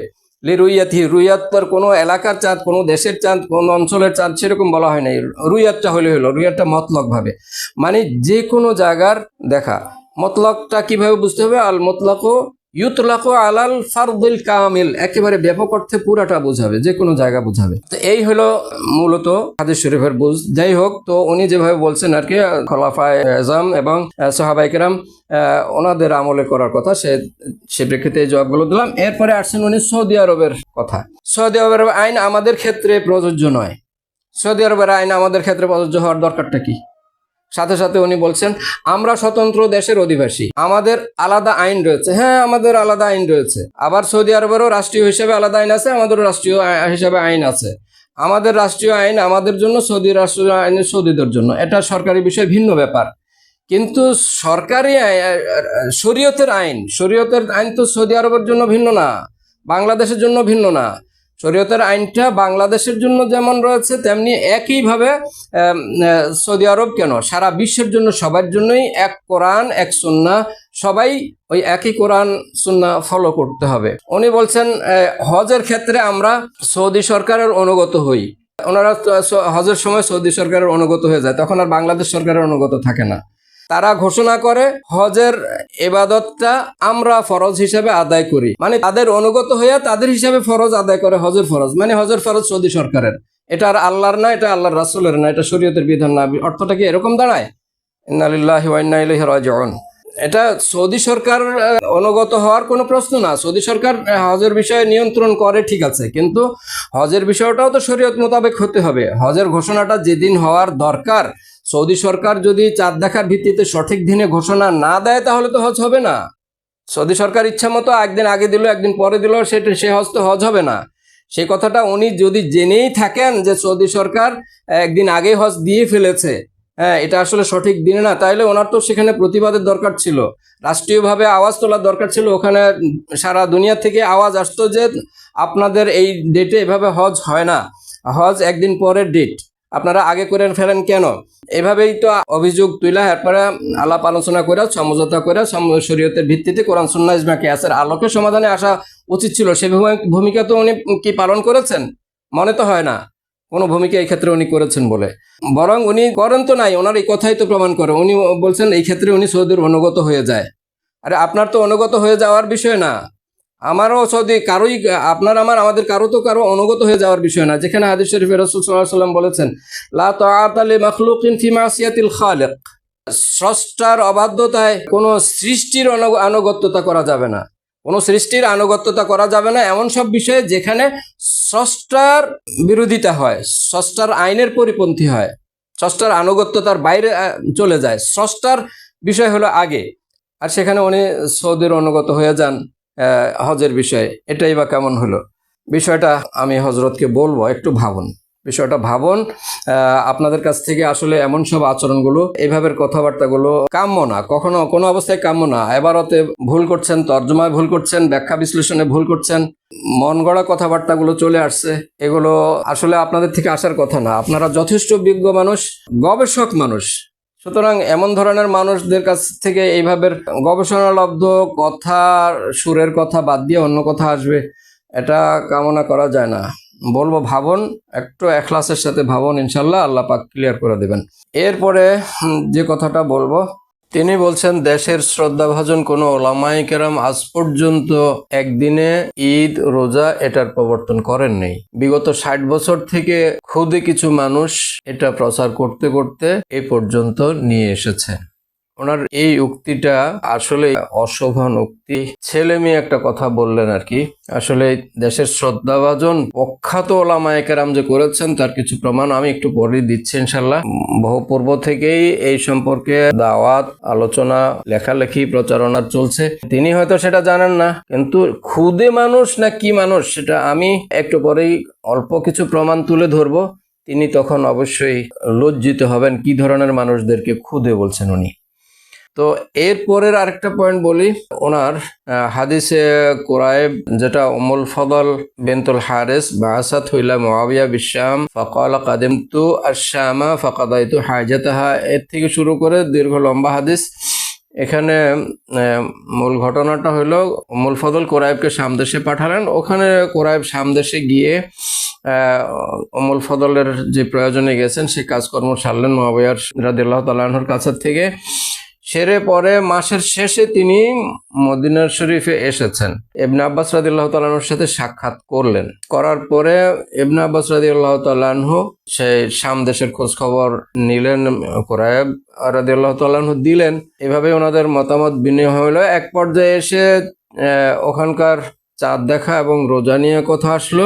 তখন কুরাইব রাদিয়াল্লাহু তাআলা আনহু বললেন, আমরা ওখানে চাঁদ দেখেছি জুমার রাত্রিতে, লাইলাতুল জুমা মানে বৃহস্পতিবার দিবাগত রাতে। তারপরে আমরা রোজা রাখলাম, মুআবিয়া রাদিয়াল্লাহু তাআলা আনহু রোজা রাখলেন। এরপরে উনি মদিনা শরীফে আসলেন। এখন ইবনে আব্বাস রাদিয়াল্লাহু তাআলা আনহুকে এই ঘটনাটা জানালেন। ইবনে আব্বাস রাদিয়াল্লাহু তাআলা আনহু ওনাকে জিজ্ঞাসা করলেন, আনতা রাআইতাহু? ইবনে আব্বাস রাদিয়াল্লাহু তাআলা আনহুর এই প্রশ্নের উত্তরে কুরাইব রাদিয়াল্লাহু তাআলা আনহু বলেছেন, নাম ওয়া রাওয়াহুন নাস, হ্যাঁ আমি দেখেছি এবং লোকজনও দেখেছে। অন্য রেওয়ায়েতে কিন্তু আবার পাওয়া যায় যে হাল আনতা রাআইতাহু, তুমি কি সেই চাঁদ, নতুন চাঁদ দেখেছো? তখন উত্তরে নিজের কথা বলেননি, বলছেন রাওয়াহুন নাস, কুলতু রাওয়াহুন নাস, আমি বলছি মানুষেরা দেখেছে। মুআবিয়া, মানুষেরা রোজা রাখছে, মুআবিয়া রাদিয়াল্লাহু তাআলা আনহু রোজা রাখলেন। এই কথাগুলো শোনার পরে ইবনে আব্বাস রাদিয়াল্লাহু তাআলা আনহু বললেন, আমরা রোজা রাখতে থাকবো যতক্ষণ পর্যন্ত চাঁদ না দেখি, অথবা 30 পূরণ করব। এরপরে কুরাইব রাদিয়াল্লাহু তাআলা আনহু বললেন, আওয়ালা তাকতাফি বিরুইয়াতি মুআবিয়া ওয়া সিয়ামিহি, আপনি কি মুআবিয়া রাদিয়াল্লাহু তাআলা আনহুর রোজা রাখা দিয়ে যথেষ্ট করবেন না? তখন উত্তরে ইবনে আব্বাস বললেন, লা হাকাযা আমারানা রাসূলুল্লাহ সাল্লাল্লাহু আলাইহি ওয়াসাল্লাম, না আমি যথেষ্ট করব না, এরকমই রাসূল সাল্লাল্লাহু আলাইহি ওয়াসাল্লাম আমাদেরকে নির্দেশ দিয়েছেন। এই হলো ইবনে আব্বাস রাদিয়াল্লাহু তাআলা আনহুর কথা। এই হাদিসের উদ্ধৃতি দিতে গিয়ে তিনি বলেছেন, তিনি মানে হলো জনাব কফিলউদ্দিন সাহেব বলেছেন যে হাদিসে কুরাইবে হযরত আব্দুল্লাহ ইবনে আব্বাস রাদিয়াল্লাহু তাআলা আনহুর সিদ্ধান্ত সম্পর্কে বক্তব্য, আওয়ালা তাকতাফি বিরুইয়াতি মুআবিয়া ক্বালা লা, আমির মুআবিয়া রাদিয়াল্লাহু তাআলা আনহু বৃহস্পতিবারে চাঁদ দেখে রোজা রেখেছেন, আর আপনি শুক্রবারে চাঁদ দেখে শনিবারে রোজা রেখেছেন। আমির মুআবিয়া রাদিয়াল্লাহু তাআলা আনহুর দেখা কি আপনার জন্য যথেষ্ট না? তখন আব্দুল্লাহ ইবনে আব্বাস রাদিয়াল্লাহু তাআলা আনহু পরিষ্কারভাবে বলে দিয়েছেন, লা মানে যথেষ্ট না। যেখানে রাসূল সাল্লাল্লাহু আলাইহি ওয়াসাল্লাম নিজেই নির্ধারণ করে দিয়েছেন, সেখানে আমির মুআবিয়াকে অনুসরণ করার কিছু নাই। এই যে কথাগুলো বললেন এখান থেকে জনাব কফিলউদ্দিন সাহেব, এই কথাগুলো তো রাসূলুল্লাহ সাল্লাল্লাহু আলাইহি ওয়াসাল্লামের কথা না। রাসূল সাল্লাল্লাহু আলাইহি ওয়াসাল্লাম নিজেই কি নির্ধারণ করে দিলেন সেই কথা তো এখানে নাই। এটা তো কথাগুলো হচ্ছে ইবনে আব্বাস রাদিয়াল্লাহু তাআলা আনহু। হ্যাঁ, উনি বলছেন হাকাযা আমারানা রাসূলুল্লাহ সাল্লাল্লাহু আলাইহি ওয়াসাল্লাম, এরকমই রাসূল সাল্লাল্লাহু আলাইহি ওয়াসাল্লাম আমাদেরকে হুকুম দিয়ে আদেশ করেছেন। তো এরকমটা কি রকম? হাকাযা শব্দটা হলো একটা ইসমে ইশারা, এই ইশারা ইঙ্গিত সূচক শব্দ। ইবনে আব্বাস রাদিয়াল্লাহু তাআলা আনহু যে ইশারা ইঙ্গিত সূচক শব্দ ব্যবহার করেছেন, হাকাযা আমারানা রাসূলুল্লাহ সাল্লাল্লাহু আলাইহি ওয়াসাল্লাম, রাসূল সাল্লাল্লাহু আলাইহি ওয়াসাল্লাম আমাদেরকে এরকমই আদেশ করেছেন। হুকুম করেছেন। তো এরকমই কি রকম আদেশ করেছেন? এরকম কি মুআবিয়া রাদিয়াল্লাহু তাআলা আনহুর কথা গ্রহণ করা যাবে না এটা, নাকি শাম দেশের কথা এখানে গ্রহণ করা যাবে না এটা, নাকি কুরাইব রাদিয়াল্লাহু তাআলা আনহু যে সাক্ষ্য দিচ্ছেন বা ওখানকার সংবাদ দিচ্ছেন কুরাইব রাদিয়াল্লাহু তাআলা আনহুর খবর নেওয়া যাবে না এটা, কোনটা ইঙ্গিত সূচক শব্দ এরকমই রাসূল সাল্লাল্লাহু আলাইহি ওয়াসাল্লাম আমাদেরকে আদেশ করছেন, মানিটা কি? এই কথাটা ইঙ্গিত সূচক কথার দ্বারা কথাটা ক্লিয়ার হচ্ছে না। এখানে তো সেই কথাটা নাই। হ্যাঁ, একটা কথা এরকম যেটা কোরাইব যেভাবে বলছে যে মুআবিয়ার রোজা রাখা এবং চাঁদ দেখা এবং রোজা রাখা সেটা কি আপনার জন্য যথেষ্ট না, এটার উত্তরে উনি লা বলছেন। তার থেকে হয়তো বা বুঝ নেওয়া যেতে পারে যে এই মুআবিয়ার খবরটা এখানে উনি নেওয়া যাবে না, এটা একটা বুঝ নেওয়া যেতে পারে। সেটা থেকে আবার আরেকটা বুঝ নেওয়া যায় যে ওখানকার ওই শাম দেশের খবরটা এখানে নেওয়া যাবে না। আবার আরো বুঝ নেওয়ার আছে এখানে, এই বিষয়টা এই সময়টা হচ্ছে রোজার শেষের। চাঁদ দেখেছে হলো যে রোজার প্রথমে, তখন রোজা শুরু করলেন, আর এখন রোজার শেষে আসছেন। শেষে এসে উনি এখন ওখানকার সংবাদের কথা বলছেন। আগের দেখাটা এটা হলো এখনকার জন্য এখানকার সংবাদ, অথবা আগের সাক্ষীটা এখন উনি এখন বলছেন। তো সাক্ষী দেওয়ার জন্য, তো সাক্ষ্য গ্রহণের জন্য এখানে আশহাদু শব্দ, শাহাদাতের শব্দ ব্যবহার করতে হয়। কুরাইব রাদিয়াল্লাহু তাআলা আনহু শাহাদাতের শব্দ ব্যবহার করেন না, সেজন্যই বা হয়তো বা ইবনে আব্বাস রাদিয়াল্লাহু তাআলা আনহু গ্রহণ করেন না, এটা হতে পারে। আবার অন্যটা হতে পারে যে এটা তো হলো ঈদের ব্যাপার। কুরাইব রাদিয়াল্লাহু তাআলা আনহু হচ্ছেন একজন মানুষ, শাম দেশের থেকে চাঁদ দেখে ওখানে রোজা শুরু করে আসছেন। উনি একজন মানুষ, রোজার প্রথমের সংবাদ দিচ্ছেন। তো একজনের সংবাদ দিয়ে তো ঈদ করা যায় না, সেজন্য এই কারণটাও হতে পারে। এরপরে আরো বিষয় আছে। এই যে কতগুলো কারণ, এতগুলোর মধ্যে কোন কারণটার জন্য ইবনে আব্বাস রাদিয়াল্লাহু তাআলা আনহু বলেছেন যে রাসূল সাল্লাল্লাহু আলাইহি ওয়াসাল্লাম আমাদেরকে এরকমই আদেশ করেছেন? যে চারটা কথা বললাম, এই চারটার যে কোনো তো একটা হতে পারে। সুতরাং যেহেতু ইঙ্গিত সূচক শব্দ, এটা সত্যি চারটার মধ্যে কোনটা সেটা তো ইবনে আব্বাস আর কুরাইবের মধ্যে সীমাবদ্ধ রয়েছে, সেটা আমাদের স্পষ্ট করার সুযোগ নাই। হ্যাঁ, তবে আমরা যেটা স্পষ্ট বুঝতে পারি, এখানে কুরাইব রাদিয়াল্লাহু তাআলার সাথে ইবনে আব্বাসের সাথে যেটা ঘটছে ইঙ্গিত সূচক কথা, এই ইঙ্গিত দিয়ে ইবনে আব্বাস রাদিয়াল্লাহু তাআলা আনহু অন্য আরেকটার দিকে বুঝাইছেন, সেটা হলো এরকম আদেশ। সে আদেশটা কি ছিল রাসূল সাল্লাল্লাহু আলাইহি ওয়াসাল্লামের? সে আদেশটা হলো সুমু লিরুইয়াতিহি ওয়াফতিরু লিরুইয়াতিহি। সুমু লিরুইয়াতিহি ওয়াফতিরু লিরুইয়াতিহি, রাসূল সাল্লাল্লাহু আলাইহি ওয়াসাল্লামের এই আদেশটাই হচ্ছে মারফু, এই আদেশটা হচ্ছে মশহুর, একেবারে অকাট্য দলিল। আর যেটা কুরাইব রাদিয়াল্লাহু তাআলা আনহু এবং ইবনে আব্বাস রাদিয়াল্লাহু তাআলার মাঝে চলমান কথাবার্তা ছিল, সেটা ছিল কুরাইব এবং ইবনে আব্বাসের মধ্যে সীমাবদ্ধ। মানে ওখান পর্যন্ত এই হাদিসটা খবর ওয়াহিদের মধ্যে রয়েছে। তো যেখানে এই খবরে ওয়াহিদ দিয়ে অথবা ইবনে আব্বাসের একজনের আমল দিয়ে তো রাসূল সাল্লাল্লাহু আলাইহি সাল্লামের ব্যাপক আদেশ, যেটা খবরে মশহুর মারফু, সেটাকে খণ্ডন করা যায় না। সুতরাং সব মিলিয়ে সুমু লিরুইয়াতি, রাসূল সাল্লাল্লাহু আলাইহি সাল্লাম যেটা বলেছেন আদেশটা আমভাবে, সেই আদেশটাই হলো গ্রহণীয় মূলত। আর এর বাইরে যে রাসূল সাল্লাল্লাহু আলাইহি সাল্লামের আদেশের বিপরীতে ইবনে আব্বাসের ব্যক্তিগত মতামত বা সিদ্ধান্ত, যেটার মধ্যে বিভিন্ন রকম ইহতিমাল আছে, এরকম বক্তব্য দিয়ে সেই আম হাদিসকে খণ্ডন করা যায় না, অথবা রাসূল সাল্লাল্লাহু আলাইহি সাল্লামের মারফু হাদিসকে খণ্ডন করা যায় না, সেই হিসাবে দলিলযোগ্য না।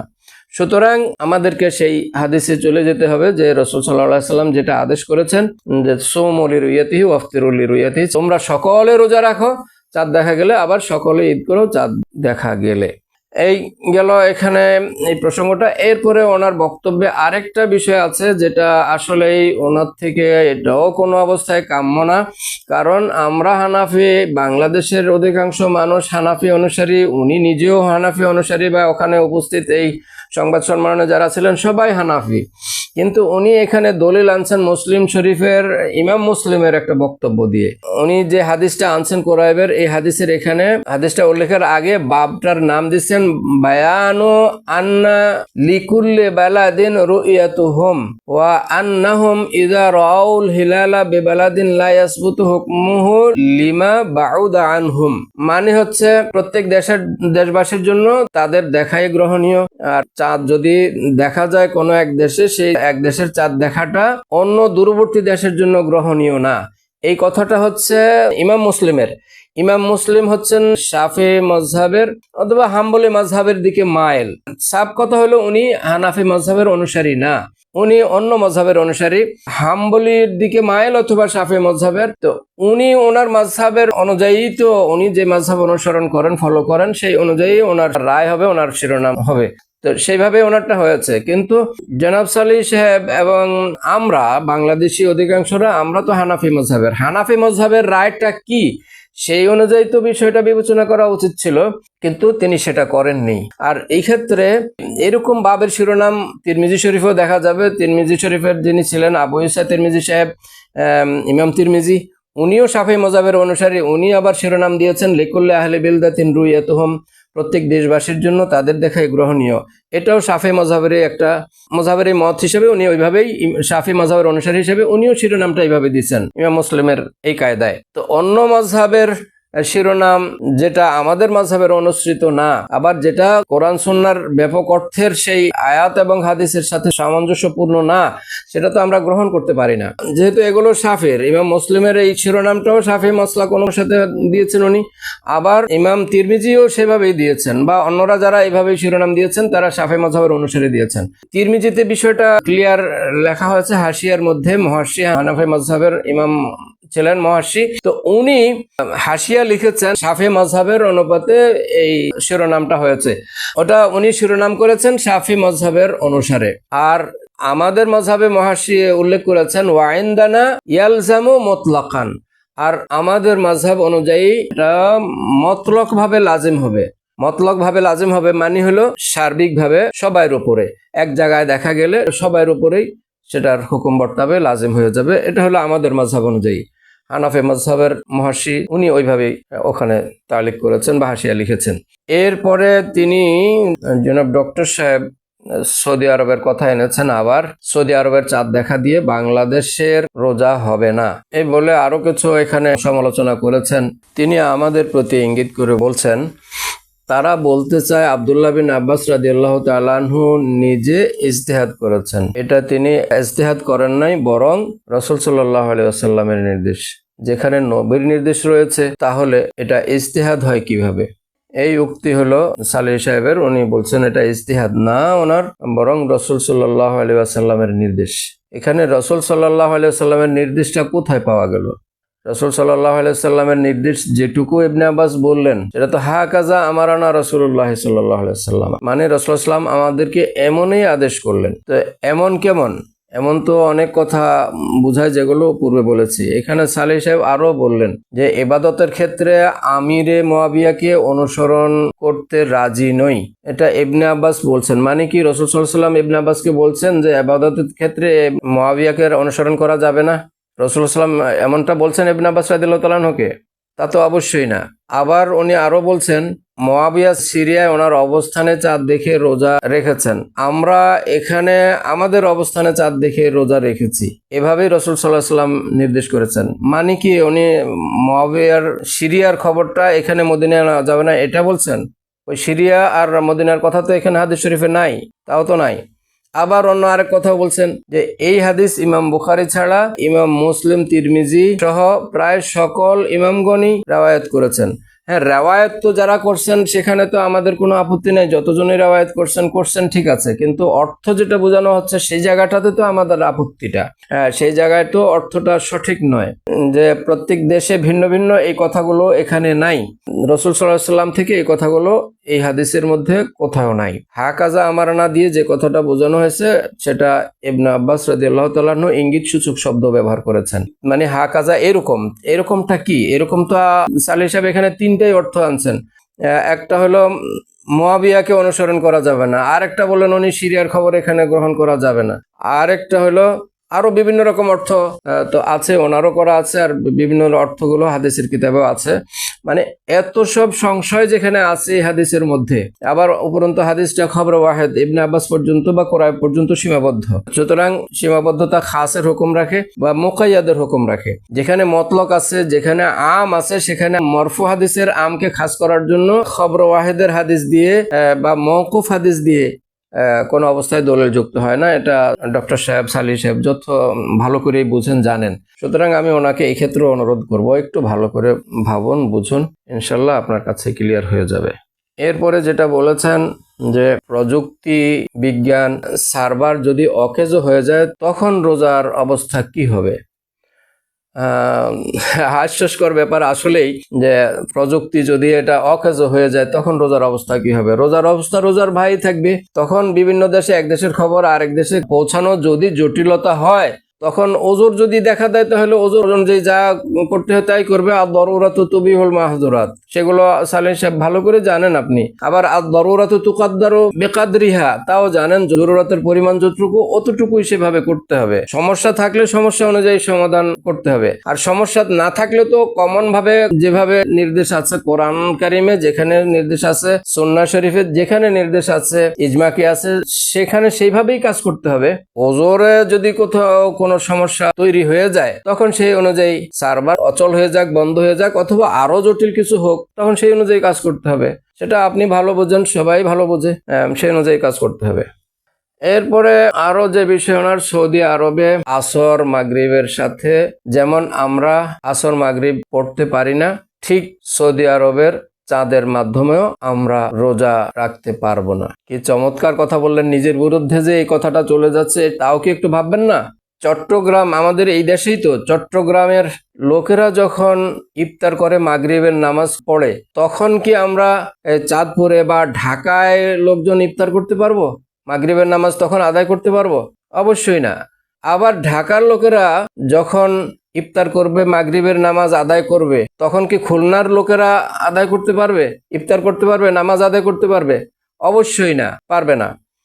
সুতরাং অর্থটা কি এই দাঁড়ায় না যে চট্টগ্রামেরটা দিয়ে যখন চাঁদপুরে ঢাকায় চলবে না, আবার চাঁদপুর ঢাকাটা দিয়ে যখন খুলনায় চলবে না, তাহলে চট্টগ্রামের চাঁদ দেখার খবরও এদিকে নেওয়া যাবে না, আবার এদিকের খবর ঢাকায় নেওয়া যাবে না, ঢাকার খবর খুলনায় নেওয়া যাবে না। অর্থটা তো আপনি এটাই তুলে ধরলেন, সাংঘর্ষিক অবস্থা হলো না? আপনার নিজের বিরুদ্ধেই তো নিজে কথাটা ছুড়ে দিলেন। আসলে এগুলো কোনো যৌক্তিক কোনো বিষয় না। মূল বিষয় হলো ইখলাসের সাথে কথা অনুধাবন করার, বুঝতে চেষ্টা করার, তাহলে ইনশাল্লাহ সমাধান আসবে সহজে, ইনশাল্লাহ সব ক্লিয়ার হয়ে যাবে। আল্লাহ পাক এবং তার প্রিয় হাবিব সাল্লাল্লাহু আলাইহি ওয়াসাল্লাম যেভাবে চেয়েছেন সেভাবেই হয়ে যাবে। এর পরবর্তীতে অন্য যে বিষয়টা নিয়েও ওনার এখানেও সমস্যা রয়েছে, সেটা হলো স্বাক্ষর ক্ষেত্রে। ডক্টর সালিহ সাহেব যেভাবে বলছেন যে স্বাক্ষর ক্ষেত্রে কোনো মেশিনের মাধ্যমে বা আবহাওয়াবিদের যন্ত্রের মাধ্যমে সাক্ষ্য গ্রহণ করা যাবে না।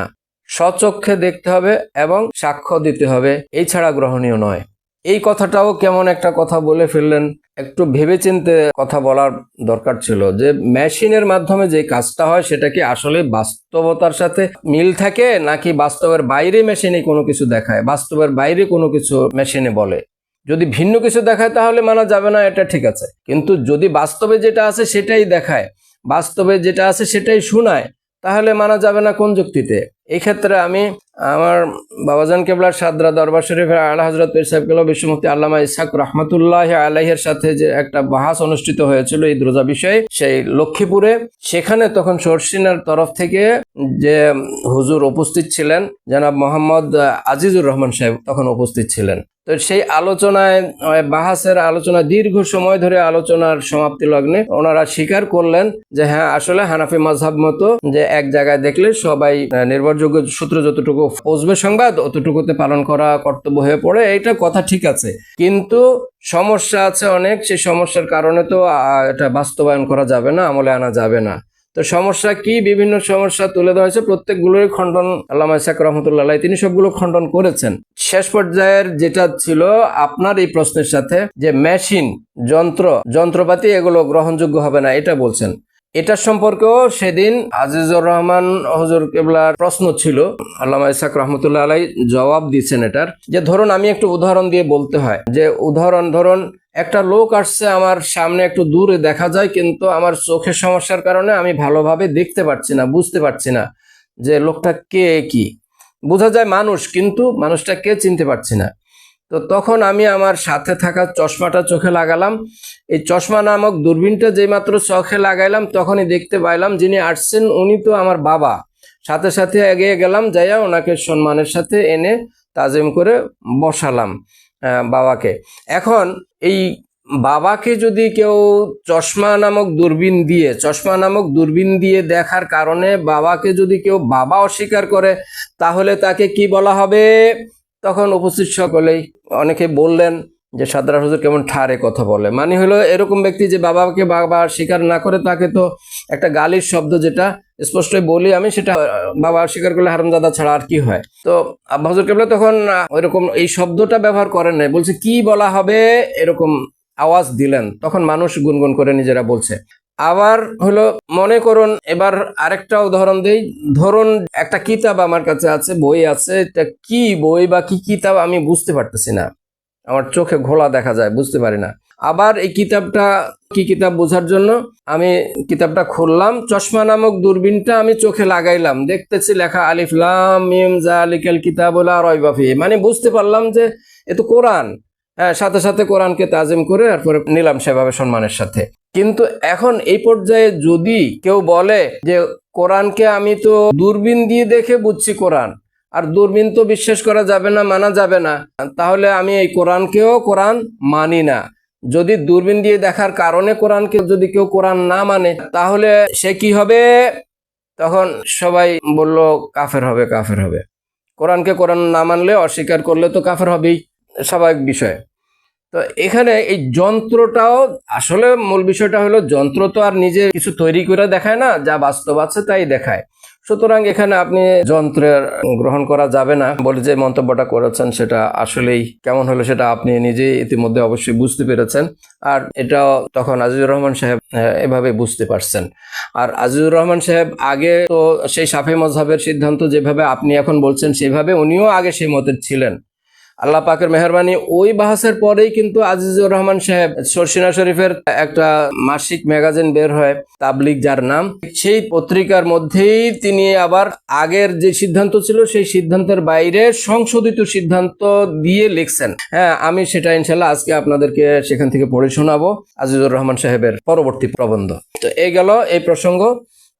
এরপরে যে কথাটা আসছে জনাব সালেহী সাহেবের সৌদি আরব সম্পর্কে, যদি মনে করা হয় সৌদি আরবের লোকেরাই চাঁদ দেখবে আর পৃথিবীতে কারো চাঁদ দেখার দরকার নাই, তবে নবীজির ওই হাদিসের উপর আমল পৃথিবীতে বন্ধ হয়ে যাবে, কেউ আর চাঁদ দেখার চেষ্টা করবে না।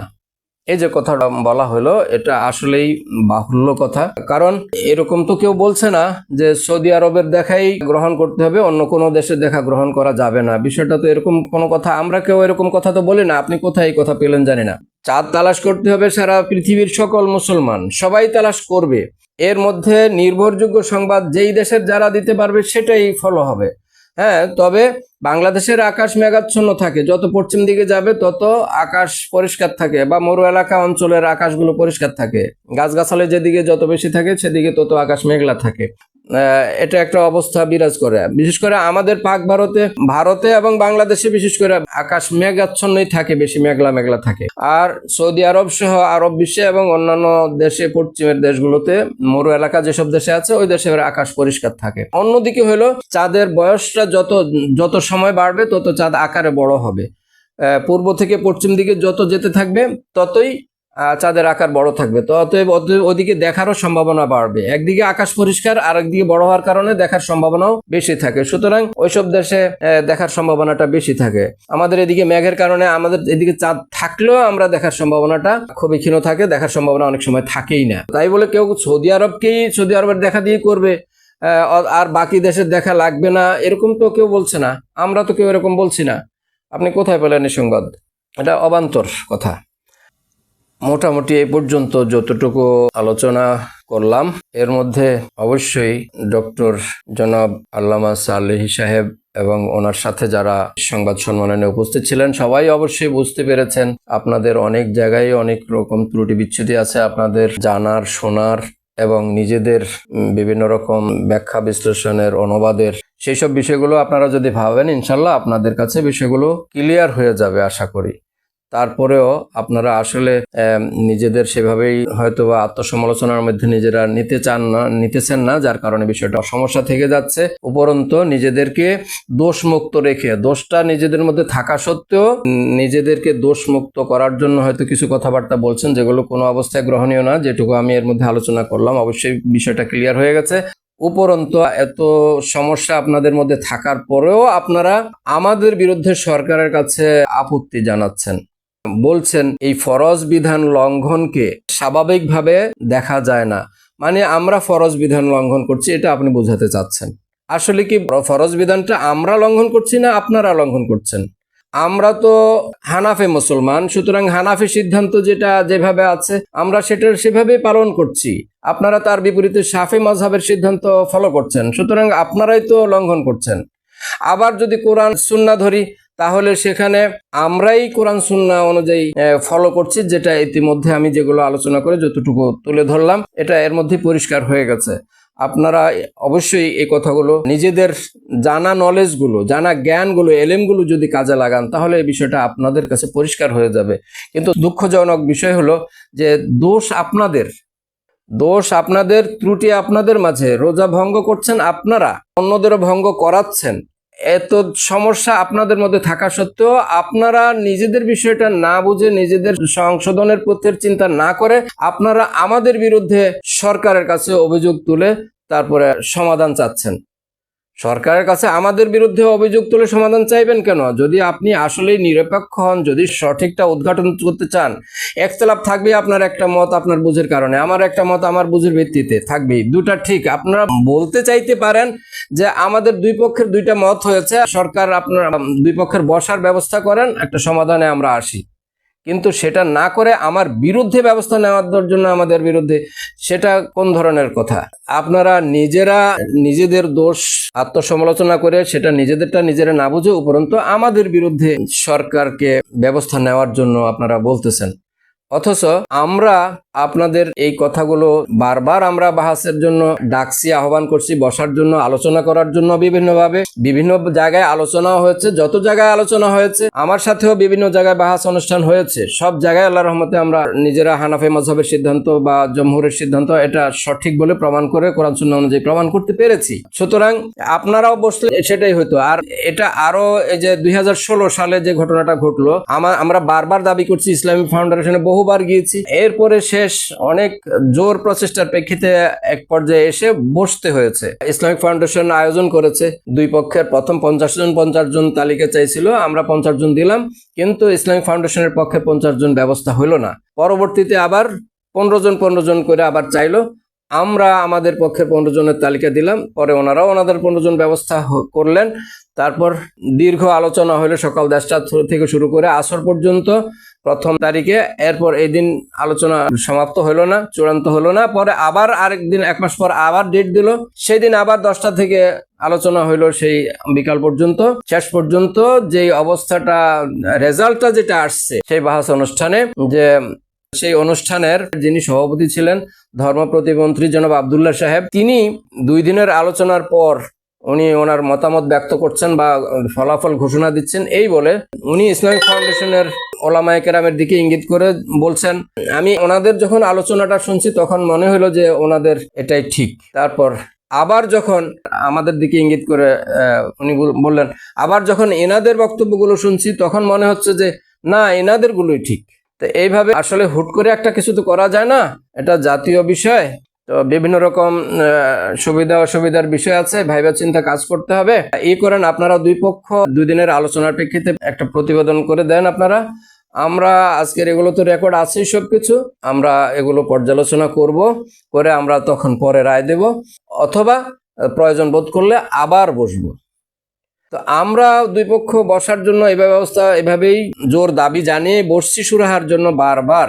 আর বৈঠক আল্লাহর রহমতে হয়েছেও, এবং আমরা দেখছি ওই রেকর্ডগুলো যদি উপস্থাপন করা হয় তাহলে পাবলিক দেখে ফেলবে, জেনে ফেলবে, স্পষ্ট পাবলিকের কাছে হয়ে যাবে যে না, পৃথিবীর যে কোনো জায়গায় চাঁদ দেখা গেলে সবাই সে নির্ভরযোগ্য সূত্রে সংবাদ পাইলে সেটা ফলো করতে হবে, এটাই প্রমাণিত হবে।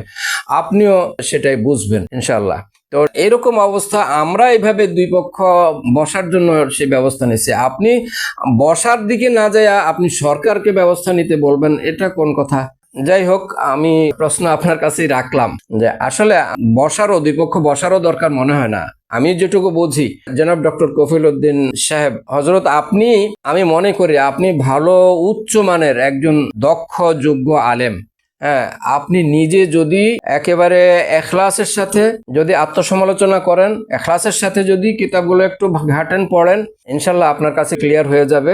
এবং আপনার সাথে যারা আছেন সংবাদ সম্মেলনে, ওই ওলামায়ে কেরাম, ওনাদেরও বিষয়টা ক্লিয়ার হয়ে যাবে। ওনারাও যদি সেভাবে চিন্তা করেন যে পৃথিবীর যে কোনো এক অঞ্চল থেকে, এক জায়গা থেকে চাঁদ দেখা গেলে নির্ভরযোগ্য সূত্রে যদি সংবাদ পাওয়া যায়, তাহলে সেই অনুযায়ী সবাইকেই আমল করতে হবে। এই কথাটাই আপনারাই পেয়ে যাবেন। দুই পক্ষ বসাও লাগবে না, সরকার তো দূরে থাকুক, দুই পক্ষ বসাও লাগবে না। আপনাদের নিজেদের যোগ্যতাটা যদি যথাযথ ভাবে কাজে লাগান, আশা করি না শুধু, আমি বিশ্বাস করি আপনারা সেটা পেয়ে যাবেন ইনশাল্লাহ। হ্যাঁ, এবার মোটামুটি আপনার আলোচনাগুলোর শেষ পর্যায়ে এখন শেষ কথা যেটা বলবো, আগে রেখে এসেছি যে আপনি যেটা উক্তি করেছেন, বিগত 60 বছর থেকে খুদে কিছু মানুষ এটাকে প্রচার করতে করতে এই পর্যায়ে নিয়ে এসেছে। তো এই প্রসঙ্গটা ওখানেই তখন রাখছি যে 60 বছর না, প্রায় 100 বছর সাদরা দরবার শরীফের কথা তখন বলছিলাম। এটা একটু মনোযোগ সহকারে শুনুন, আমি ডকুমেন্টও দেখাচ্ছি। আমাদের সাদরা দরবার শরীফে আল্লাহ হযরত পীর সাহেব কেবলা বিশ্ব মুফতি আল্লামা ইসহাক রহমতুল্লাহ আলাইহি 1928 সালে সাদরা দরবার শরীফে শুরু করেছেন প্রথম।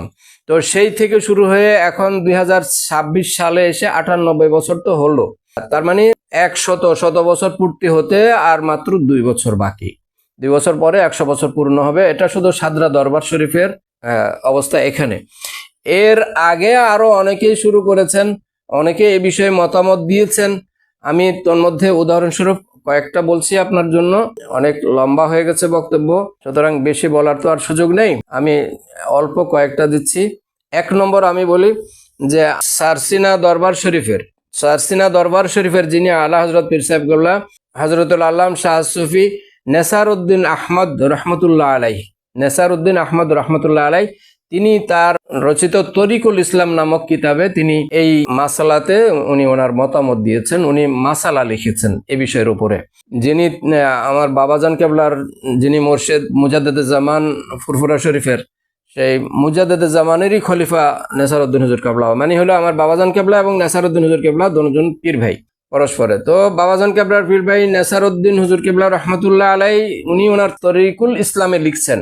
আমি সেই কথাটাই পড়ছি, ওখানে যেটা লেখা আছে আপনি প্রয়োজন বোধ করলে তরিকুল ইসলামে দেখে নেবেন সেই কথাটুকু আছে কিনা। যে তরিকুল ইসলামে নেসারউদ্দিন হুজুর কেবলা রহমতুল্লাহ আলাই লিখেছেন, পশ্চিম দেশে চাঁদ উঠার সংবাদ বা সাক্ষ্য যদি শরীয়তসম্মত পন্থায় সাব্যস্ত হয়ে যথারীতি পূর্ব দেশীয় লোকের নিকট পৌঁছে, তাহলে তাদের প্রতি রোজা রাখা ফরজ হইবে। আলমগিরি, তিনি আলমগিরির রেফারেন্স দিয়ে এই কথাটা বলেছিলেন। তো আমরা এবার দেখি আলমগিরিতে কি আছে। জনাব আল্লামা হজরতুল আল্লাম জনাব মৌলানা নেসারউদ্দিন আহমদ হুজুর কিবলা রহমতুল্লাহ আলাই যে বলেছেন যে পশ্চিমের অঞ্চলের লোকেরা যদি চাঁদ দেখে তাহলে পূর্বের লোকদের উপরে লাজিম হবে করার জন্য, যে কথাটা হুজুর বলেছেন সেটা উনি রেফারেন্স দিয়েছেন আলমগিরি। তো আলমগিরি কিতাবের অপর নাম হলো ফতোয়া আল হিন্দিয়া। এটা হলো কিতাব ফতোয়া আল হিন্দিয়া। এই ফতোয়া আল হিন্দিয়া মানে ফতোয়া আলমগিরি, হানাফি মাযহাবের উপরে রচিত, হানাফি মাযহাবের ফিকহের কিতাব। দারু ইহয়া তুরাস আল আরবি, বেইরুত, লুবনান থেকে ছাপা এই কিতাবটা। ছাপার সাল হলো, তৃতীয় প্রকাশ হলো এটা 1980 সালে, 1400 হিজরি 1980 সালে এটা ছাপা হয়েছে তৃতীয়বারে। এখানে পৃষ্ঠা নাম্বার হলো 198। 198 নম্বর পৃষ্ঠায়, 198 নম্বর পৃষ্ঠায়, এখানে এই পৃষ্ঠা থেকেই তিনি যে কথাটুকু রিওয়ায়াত উল্লেখ করেছেন সেটা হলো, লাউ রাআ আহলুল মাগরিবি হিলাল রমাদান, মাগরিবের অধিবাসীরা যদি, পাশ্চাত্যের অধিবাসীরা যদি, মানে দুনিয়ার পশ্চিম প্রান্তের অধিবাসীরা যদি নতুন চাঁদ দেখে রমাদানের, ইয়াজিবু আস-সাওমু আলা আহলিল মাশরিকে, তাহলে দুনিয়ার পূর্ব প্রান্তের লোকদের উপরও রোজা রাখা কর্তব্য হয়ে পড়বে। এখানে এই কিতাবে আরো কিছু কথা আছে আলমগিরি কিতাবে, সেটা হলো ওয়ালা ইবরাতা লি ইখতিলাফিল মাতালি ফি যাহিরির রিওয়ায়াতে, হানাফি মাযহাবের নির্ভরযোগ্য যে 6টা কিতাব আছে, 6টা কিতাব হলো জামে সগীর, জামে কবির, সিয়ারে সগীর, সিয়ারে কবির, জিয়াদাত, মাবসুত, এই 6টা কিতাবকে জাহিরুর রিওয়ায়াত বলা হয়। তো এখানে আলমগীরিতে উল্লেখ করা হয়েছে ওয়ালা ইবরাতা লি ইখতিলাফিল মাতালি ফি জাহিরুর রিওয়ায়াত, জাহির রিওয়ায়াতের বর্ণনা অনুযায়ী উদয়স্থলের ভিন্নতা এর কোনো এতেবার নাই, গ্রহণযোগ্য নয়। কাজা ফি ফতোয়া কাদি খান, ফতোয়া কাদি খানের মধ্যেও এরকম কথাটাই আছে, মানে উদয়স্থলের ভিন্নতা কোনো গ্রহণীয় নয়। এবং ওয়ালাইহি ফাতোয়া আল ফকিহ আবুল্লাইস, ফকিহ আবুল্লাইসও এই কথার উপরেই ফতোয়া দিয়েছেন, সিদ্ধান্ত দিয়েছেন যে উদয়স্থলের ভিন্নতা গ্রহণযোগ্য নয়, তার মানে এটা ফতোয়া গ্রাহ্য কথা। তারপরে একইভাবে শামসুল আইম্মা আল হলওয়ানি, শামসুল আইম্মা আল হলওয়ানিও এর উপরে ফতোয়া প্রদান করেছেন। এরপরে অন্যান্য আরো কিতাব দেখাইতে গেলে তো বহু কিতাবে রায় দেওয়া যাবে, ওয়ালাইহিল ফতোয়া, ওয়ালাইহি আকসারুল মাশায়েখ, এভাবে ওয়াহুয়াল আসবা, ওয়াহুয়া জাহিরুর রিওয়ায়াত, তারপরে ওয়াহুয়া ইনদাল জামহুর, ইনদা সালাসাতি মিনাল আইম্মা, এভাবে কথা বহু দেখানো যাবে। এবার আমি অন্য আরেকটা উদ্ধৃতি দেই। আপনি যে বলছেন এই জমানার এই 60 বছরের আগে আর কেউ বলেনি, তাও কি আপনি বলছেন শ্রদ্ধা ভাজনও এরকম কোনো ওলামায়ে কেরাম বলেননি, এটা প্রতিষ্ঠিত করেন নাই। এখন আপনি এখানে বলতে পারেন সরসিনার জনাব হযরতুল আল্লাম মাওলানা নেসারউদ্দিন আহমদ হুজুর কেবলা কি শ্রদ্ধা ভাজন আপনার কাছে, নাকি অশ্রদ্ধার পাত্র? একটু ভেবেচিন্তে বলবেন, আশা করি। এরপরে এবার আসি আমরা যে কিছুক্ষণ আগে যে বলেছিলাম যে একটা বাহাস অনুষ্ঠিত হয়েছিল লক্ষ্মীপুরে, সেই বাহাসের অনুষ্ঠানে সারসিনা শরীফের জনাব আজিজুর রহমান সাহেব উপস্থিত ছিলেন, বাহাসের একজন আলোচক, অংশগ্রহণকারী ছিলেন। তো উনি সেই বাহাসে তো বুঝে ফেলেছেন এবং স্বীকার করে নিয়েছেন যে হানাফি মাযহাবের সিদ্ধান্ত এরকমই ঠিক, এক জায়গায় দেখলে সব জায়গায় নির্ভরযোগ্য সূত্র সংবাদ বুঝলেই সব জায়গায় পালন করতে হবে, এটা তিনি তখন মেনে নিয়েছেন। কিন্তু সমস্যা বুঝছেন, এটা পালন করা, কার্যকর করা কঠিন, এটুকু ওনার সমস্যা ছিল। কিন্তু সিদ্ধান্ত এটা সঠিক, হানাফি মাযহাবের সিদ্ধান্তটা, এটা উনি তখন মেনে নিয়েছেন। এবার আসুন দেখি উনি এরপরে এই বাহাসের পরেই উনি আবার সারসিনা শরীফের থেকে একটা পত্রিকা বের হতো, এখনো হয়তো বের হয়, সেই পত্রিকার নাম হলো তাবলিগ। এই পত্রিকার সপ্তদশ বর্ষ পঞ্চম সংখ্যা, 1 ফাল্গুন 1372, 21 শাওয়াল 1385 হিজরি। তো এই তাবলিগ পত্রিকাটা, এটা অবশ্যই দেখলে বুঝবেন।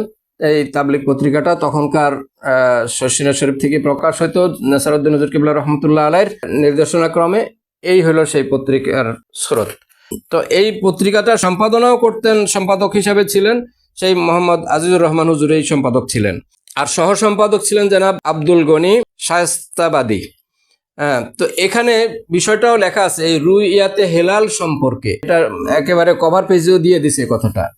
এখন আসি আমরা এখানে একটু পড়ি সারসিনা শরীফের জনাব আজিজুর রহমান হুজুর কেবলা কি দিছেন, কি লিখছেন এখানে সেই বাহাসের পরে।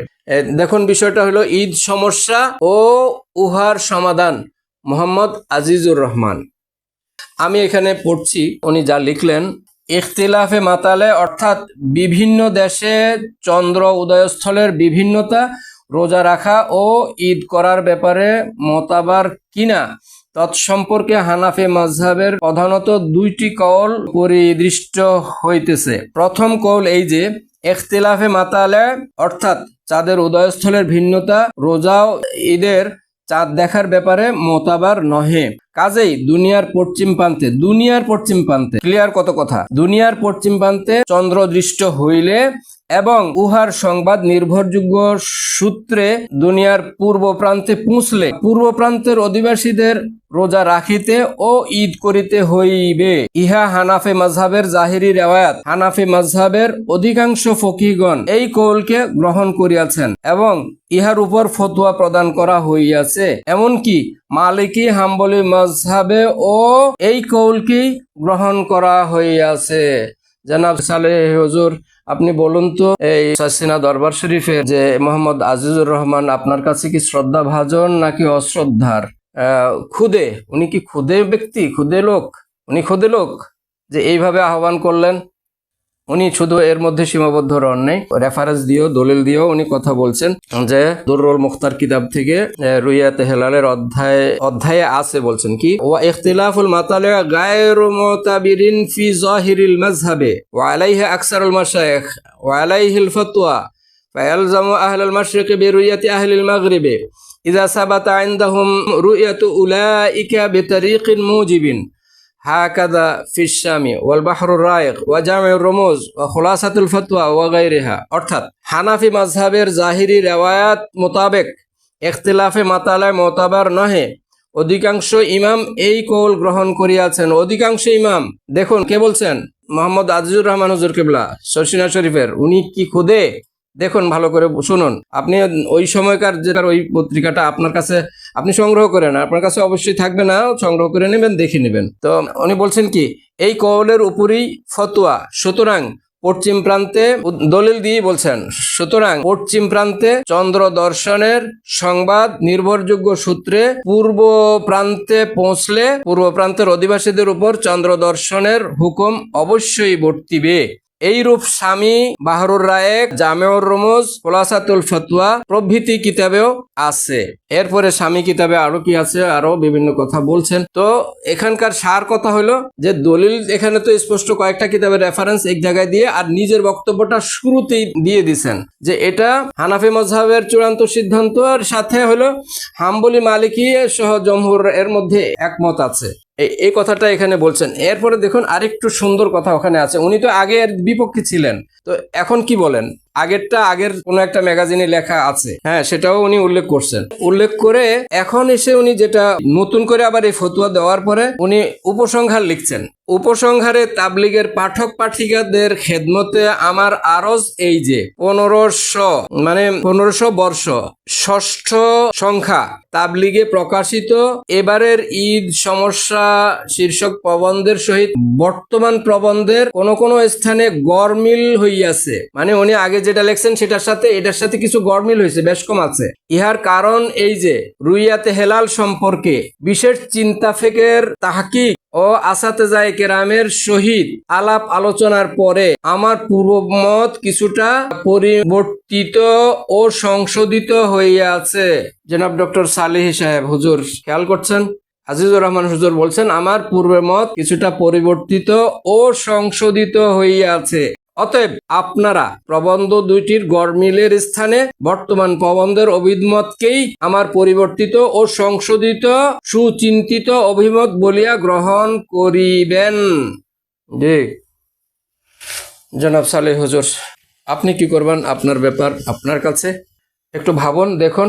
এরপরে আরেকটা বিষয় আমি আজকের বক্তব্য শেষ করছি, অনেক লম্বা হয়ে গেছে। সেটা হলো ফুরফুরা শরীফ, আমাদের সাদরা দরবার শরীফ বলি, সোনাকান্দা দরবার শরীফ, শর্ষিনা শরীফ, এভাবে সারা দেশে কুমিল্লা দারুস সালাম দরবার শরীফ, সারা দেশে বহু দরবার আছে মুজাদ্দিদুজ্জামান হুজুর কিবলার মোবারক হাতে গড়া রত্নদের দরবার এগুলো। তো ওই সব দরবার ফুরফুরা শরীফ থেকেই মূলত সারা দেশে ফুরফুরা শরীফের আলোয় ছড়ানো ছিটানো। বর্তমানে তাসাউফপন্থী যারা আছেন বর্তমান পর্যন্ত ফুরফুরা শরীফের এই অবদান সবচেয়ে বড়। সেই ফুরফুরা শরীফের দরবারের ফতুয়াটা কি এবার আপনাকে সেইটুকু বলতে চাই। এখানে কোনো এক বছর আমাদের ফরিদগঞ্জের ইসলামপুরে এই বিষয়টার উপরে বাহাস হওয়ার কথা ছিল। সেখানে ফুরফুরা শরীফের মেজলা হুজুর মুফতি বাংলা আসাম আবু জফর ফুরফুরি হুজুর কিবলা রহমতুল্লাহ আলাই এর দাওয়াত ছিল, উনি ওখানে আসছিলেন। সেখানেই বাহাস হওয়ার কথা ছিল। পরবর্তীতে হুজুরের ব্যস্ততা বা যে কোনো কারণেই হোক, হুজুরের কারণ বলছেন এখানে তো এটা একটা গুরুত্বপূর্ণ বিষয় এবং জটিলতাও আছে তার মধ্যে। এখন এখানে বাহাসের আলোচনা না করে আমাদের দরবারে তো অনেক মুফতিয়ান আছেন, তো আমি আপনাদের মতামত, দুই পক্ষের মতামত তো দুই রকম আছে, আপনাদের মতামতগুলো আপনারা দিয়ে দেন, আমরা এগুলো ওখানে গিয়ে স্টাডি করব, প্লাস আমরা কোরআন সুন্নাহ ইজমা কিয়াস কিতাবাদি দেখব, দেখে তারপরে আমরা ওখান থেকে সিদ্ধান্ত পাঠিয়ে দেব, সেই অনুযায়ী আপনারা পরবর্তীতে ব্যবস্থা নেবেন। এই বলে গেছেন ফুরফুরা শরীফের মেজলা হুজুর হযরতুল আল্লাম জনাব মুফতি বাংলাও আসাম জনাব মোহাম্মদ আবু জাফর ফুরফুরাবি হুজুর কিবলা রহমতুল্লাহ আলাইহি। তিনি ওখানে গিয়ে এরপরে ফতোয়া পাঠাইছেন। এই ফতোয়াটা দুই পৃষ্ঠার ফতোয়া, অনেক জীর্ণশীর্ণ অবস্থা হয়ে গেছে, অনেকদিন আগের কথা, তো 2 পৃষ্ঠায়। এই হলো প্রথম পাতা। উপরে মোকাদ্দেমা দিয়া এরপরে নিচে কিছু প্রাথমিক কথা বলছেন। দুইটা মাসলাই এখানে আলোচনা হয়েছে। মূল বিষয় যেটা ইখতিলাফুল মাতালে, এই বিষয় দ্বিতীয় পৃষ্ঠার মধ্যে আছে 2 নম্বর মাসলাটা। এই হলো 2 নম্বর মাসলা। এটা ইখতিলাফুল মাতালের বিষয়, মানে এক দেশেরটা অন্য দেশে গ্রহণ করা যাবে কিনা, এটা ফুরফুরা শরীফের রায় কি। আমি একটু দরবার শরীফের ফুরফুরার হুজুরের মানে মুফতি বাংলা আসাম যিনি মেজো হুজুর কেবলা, ওনার স্বাক্ষর সিল সহ এবং দরবারের স্বাক্ষর সিল সহ আমি এখন পড়ে শুনাই। সাংবাদিক সম্মেলনে সেদিন যারা ছিলেন এবং দেশের বরেণ্য ওলামায়ে কেরাম, সুধী সমাজ, সবাই একটু মনোযোগ সহকারে শুনবেন। আমি এবার ফুরফুরা শরীফের ফতোয়াটা পড়ে শোনাচ্ছি। বিসমিল্লাহির রহমানির রহিম। ইখতিলাফুল মাতালে এর মাসালায় মৌলানা ইসহাক সাহেব প্রমাণ করিয়াছেন যে ইখতিলাফুল মাতালে এর এতেবার নাই, এবং মৌলভী আব্দুর রহিম সাহেব প্রমাণ করিয়াছেন যে ইখতিলাফুল মাতালে এর এতেবার আছে। আমাদের মত, ইখতিলাফুল মাতালের মধ্যে ফকিহগণের মধ্যেই মতভেদ রহিয়াছে। অনেকে উহা এতেবার করিয়াছেন, আবার অনেকে করেন নাই। এক্ষণে আমরা মুকাল্লিদ, ইমামদের রায় যে কথার উপরে ফতোয়া, আমরা উহাই মানিয়া চলিব।